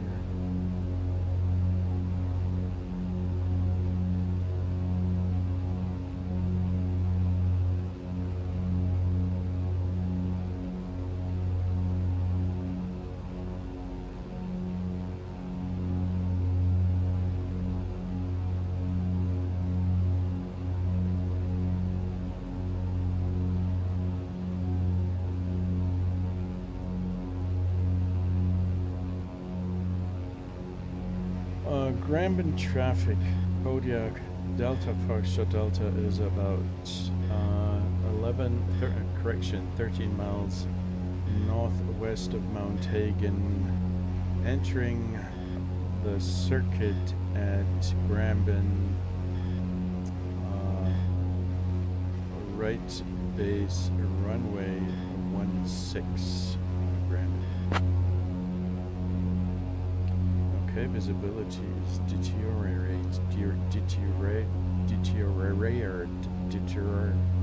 Oh, there we go. What was that? That was weird. Deteriorating rather quickly. So deteriorate.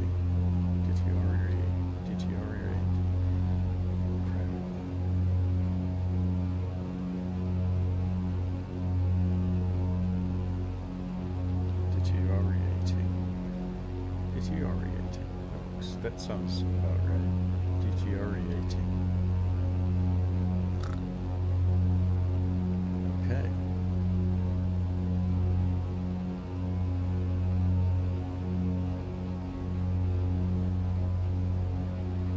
Let's lower the flaps.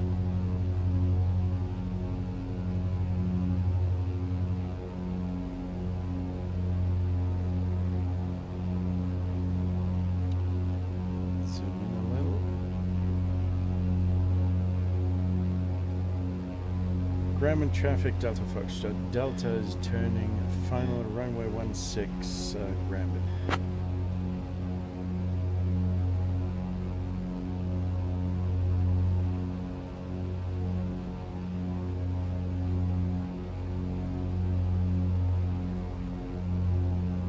I cannot even see the goddamn airfield.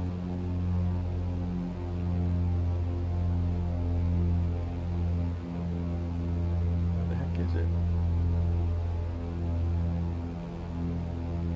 Oh, there it is. Right up ahead. Lower the flaps fully. Oh, we're gonna abort.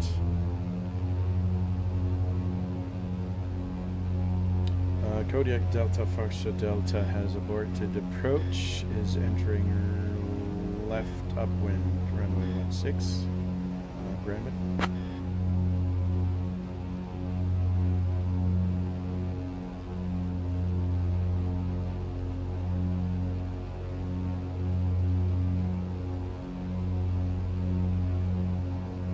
Yeah, we want to make sure that we don't fuck up here, because I want to do a proper approach, and this airfield, I wasn't able to see it because it blends into the area here so easily.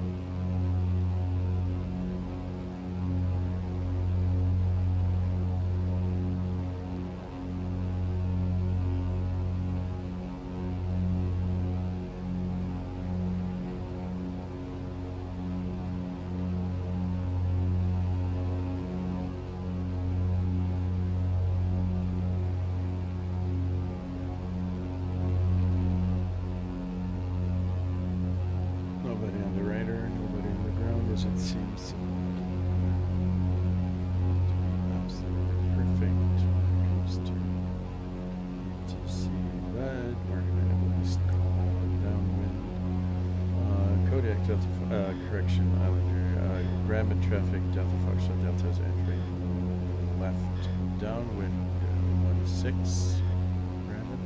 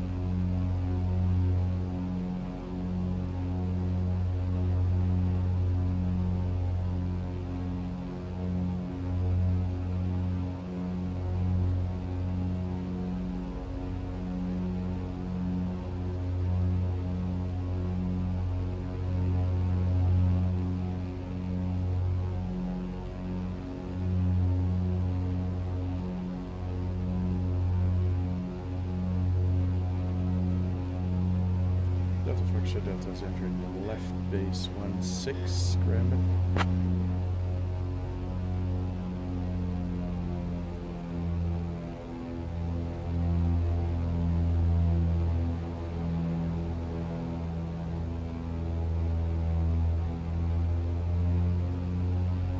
Delta Foxtrot Delta is entering a short final 16, Rabbit.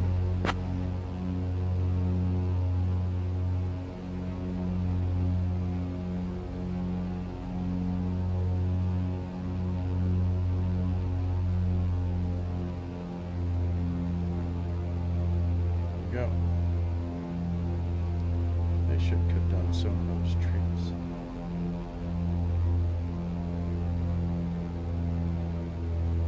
The runway is short enough as it is without those trees, really. And we're too fast.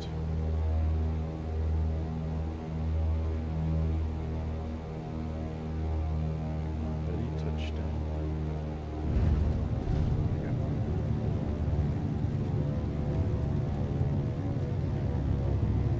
Up. Oh, there's the end of the runway. Oh, good.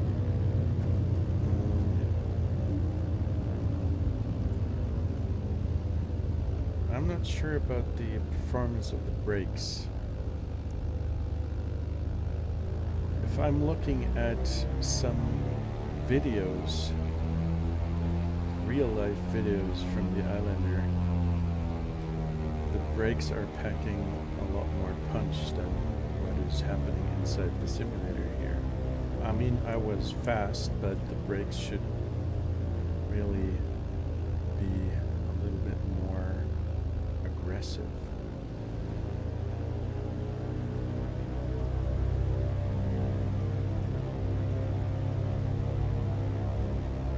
Okay. So let's park.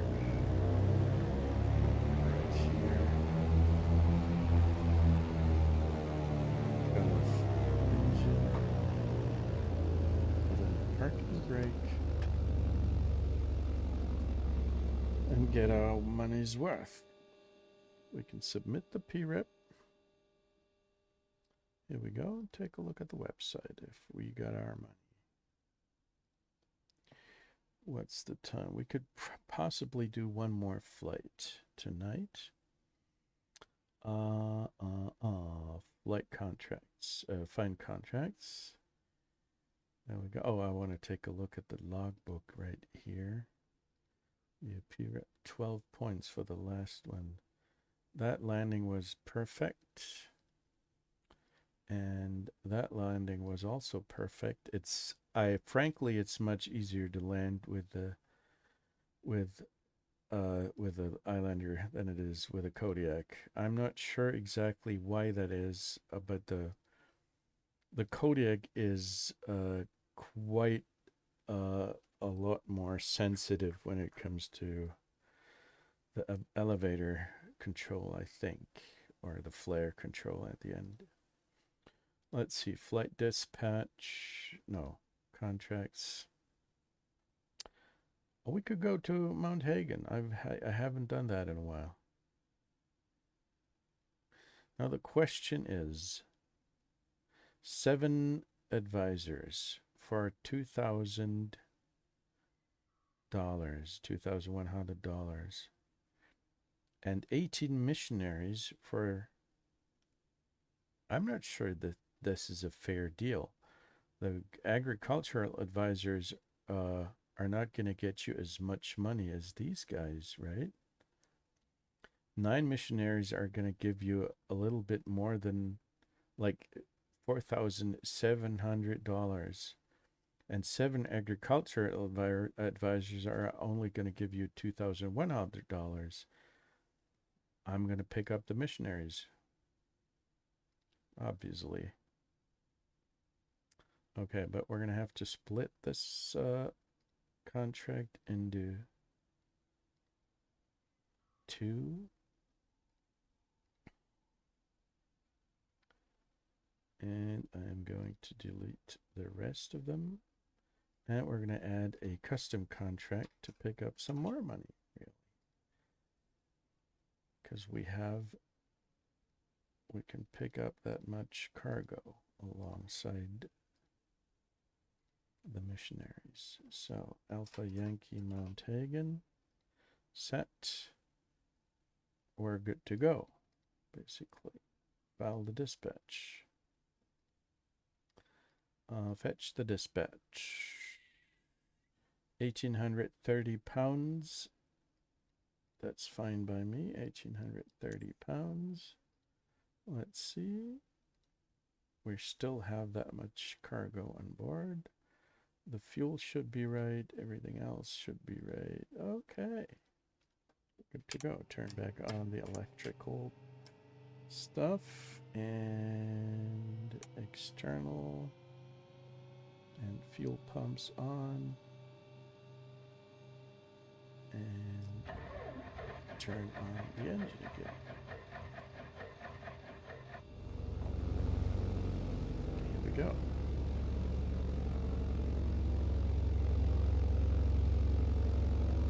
Up full forward. Okay. First time we can turn off the fuel pumps now. So, flight plan. Let's delete the old flight plan once more.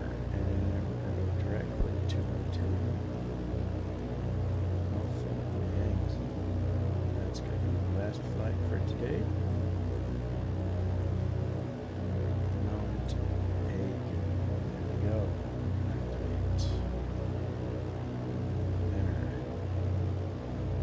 And we're going to pick up procedure already because we're so close.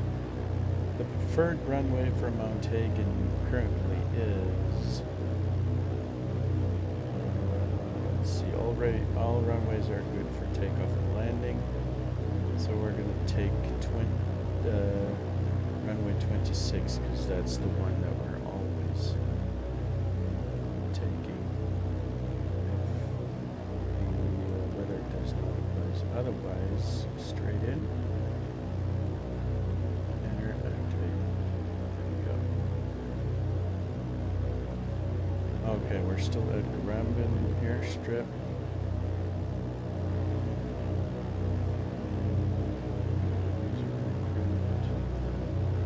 We're going to take off from runway 34. Granville traffic, Islander Delta Foxtrot Delta is taxiing runway 34. Granville. Release the parking brake, take off.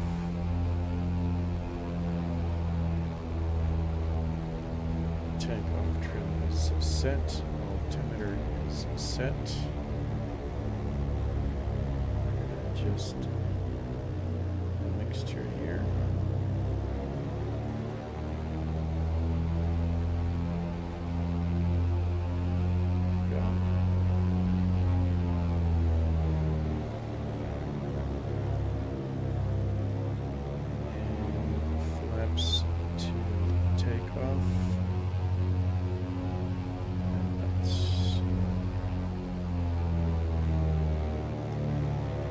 Grumman traffic, Delta Foxtrot Delta is taking off runway 34 with westbound departure, Grumman.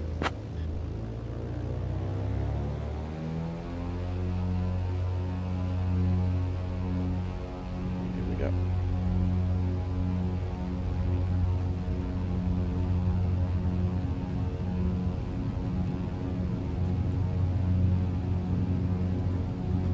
We're going to take off and fly the same route that we came through the last time. As you can see right here, there is a gap between all these trees. We didn't have to do that because look at that, the alligator can climb like a goddamn monkey. But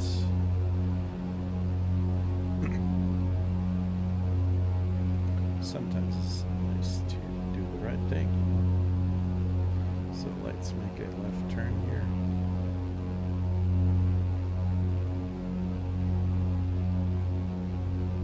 And that's where about 90 knots, so we can go to flaps. There we go. Trim up a little bit, trim the nose up a little bit, trim the nose up, nose the trim up a little bit. Trim the lows up a bit.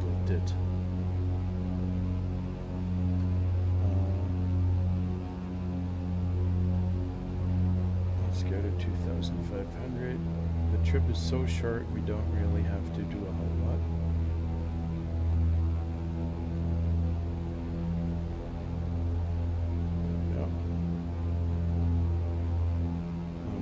Is not that far away. Let's go ahead and activate the autopilot. We're going to stay at this altitude right here, 6,800. Very good speed. 6,800. Let's fly nav.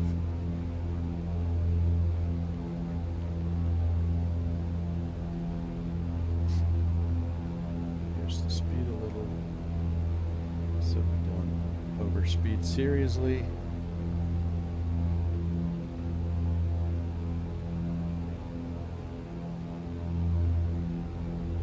We're supposed to be at 7,000 feet initially. We're going to skip that, but the actual runway is up is about 6,000 feet high. So we're at a good altitude.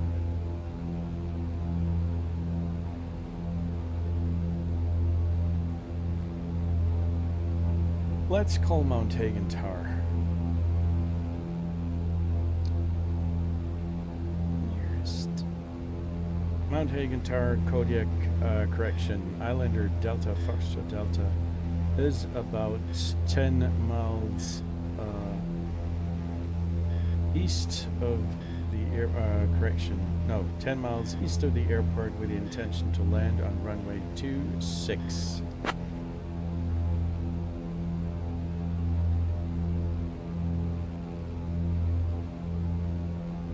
Islander Papa 2 Delta, Foxtrot Delta, Hagen Tower. Wind calm, runway 26, clear to land.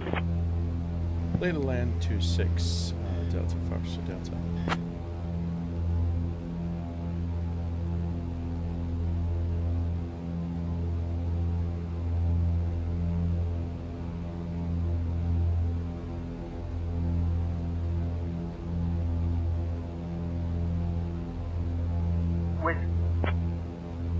Whiskey November Delta, say again.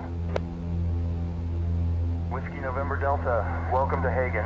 Taxi to parking at your discretion and monitor this frequency. Hagen Tower, Whiskey November Delta, on the ground, request emergency turns into my location. Thank you.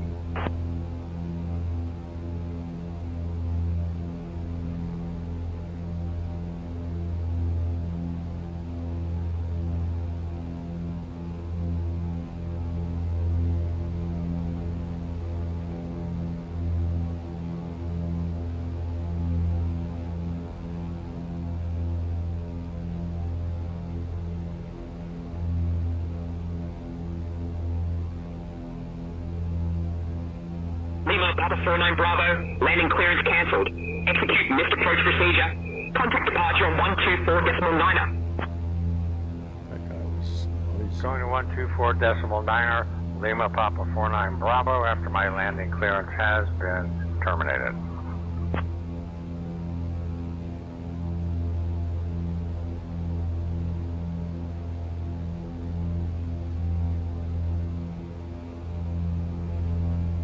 Let's set the approach. Here we go.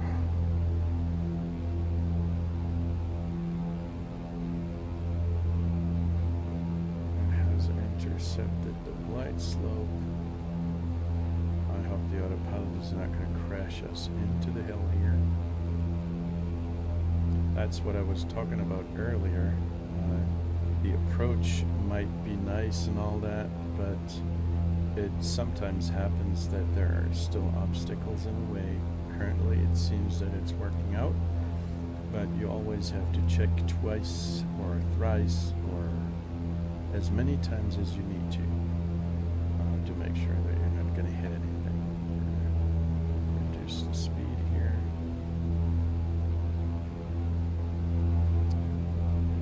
So we've lost some speed.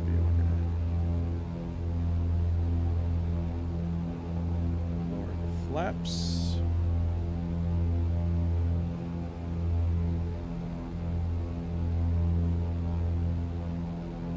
Go. Flaps to the first notch.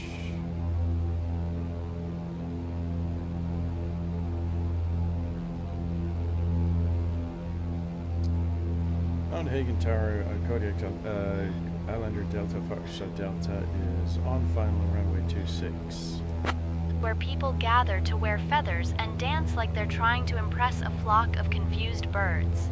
It's famous for its cultural shows, where locals dress up in traditional attire and pretend to be someone else for a day, which is basically what we all do on social media. Land 26 Delta Foxtrot Delta. My friend Toby once thought it would be a brilliant idea to join one of these cultural shows. He showed up in a tutu and a top hat, thinking it was a fancy dress party. Cleared to land. The Caution bird locals were activity. so baffled that they ended up giving him a special award for Clear to land on 26, acknowledging bird activity, Delta Foxtrot Delta. Next, we're off to Mount Galubi, which is 64 kilometers away, and you'll need to fly heading 215.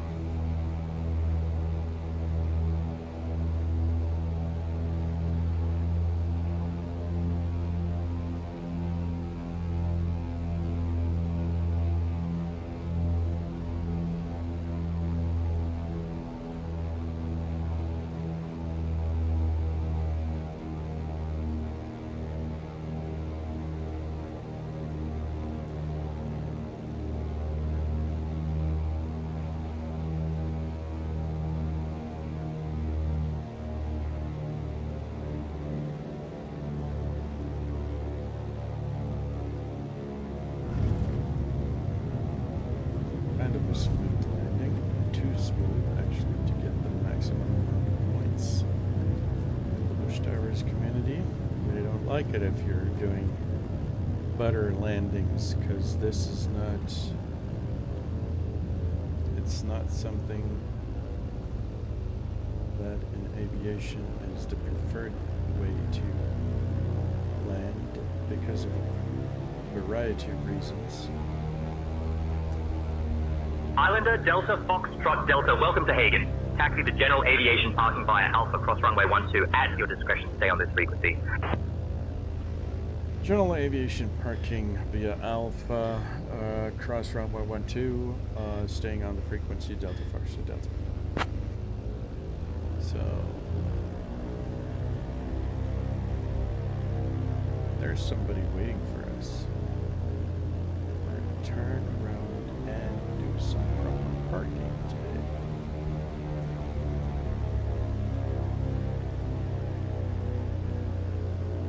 For once, I'm not going to run them over.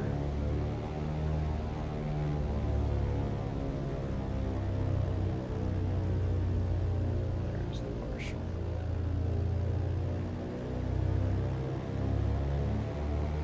Well, maybe I should run over. Okay. Cut off, shut off, turn off, blah, goodbye, and so forth. Yeah, that's right. Okay.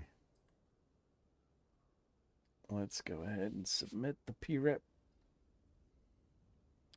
And that, my dear friends, was it for today. Thanks for watching. And tomorrow's going to start the next leg of the Ring Road Rally tour. So if you are like-minded in that regard, please do join and take a look at the FlightSimulator.com forums at the event calendar, because there you're going to see where it all starts and where we're going to take off from, and all the necessary information. So take care, have a good night, see you soon, bye.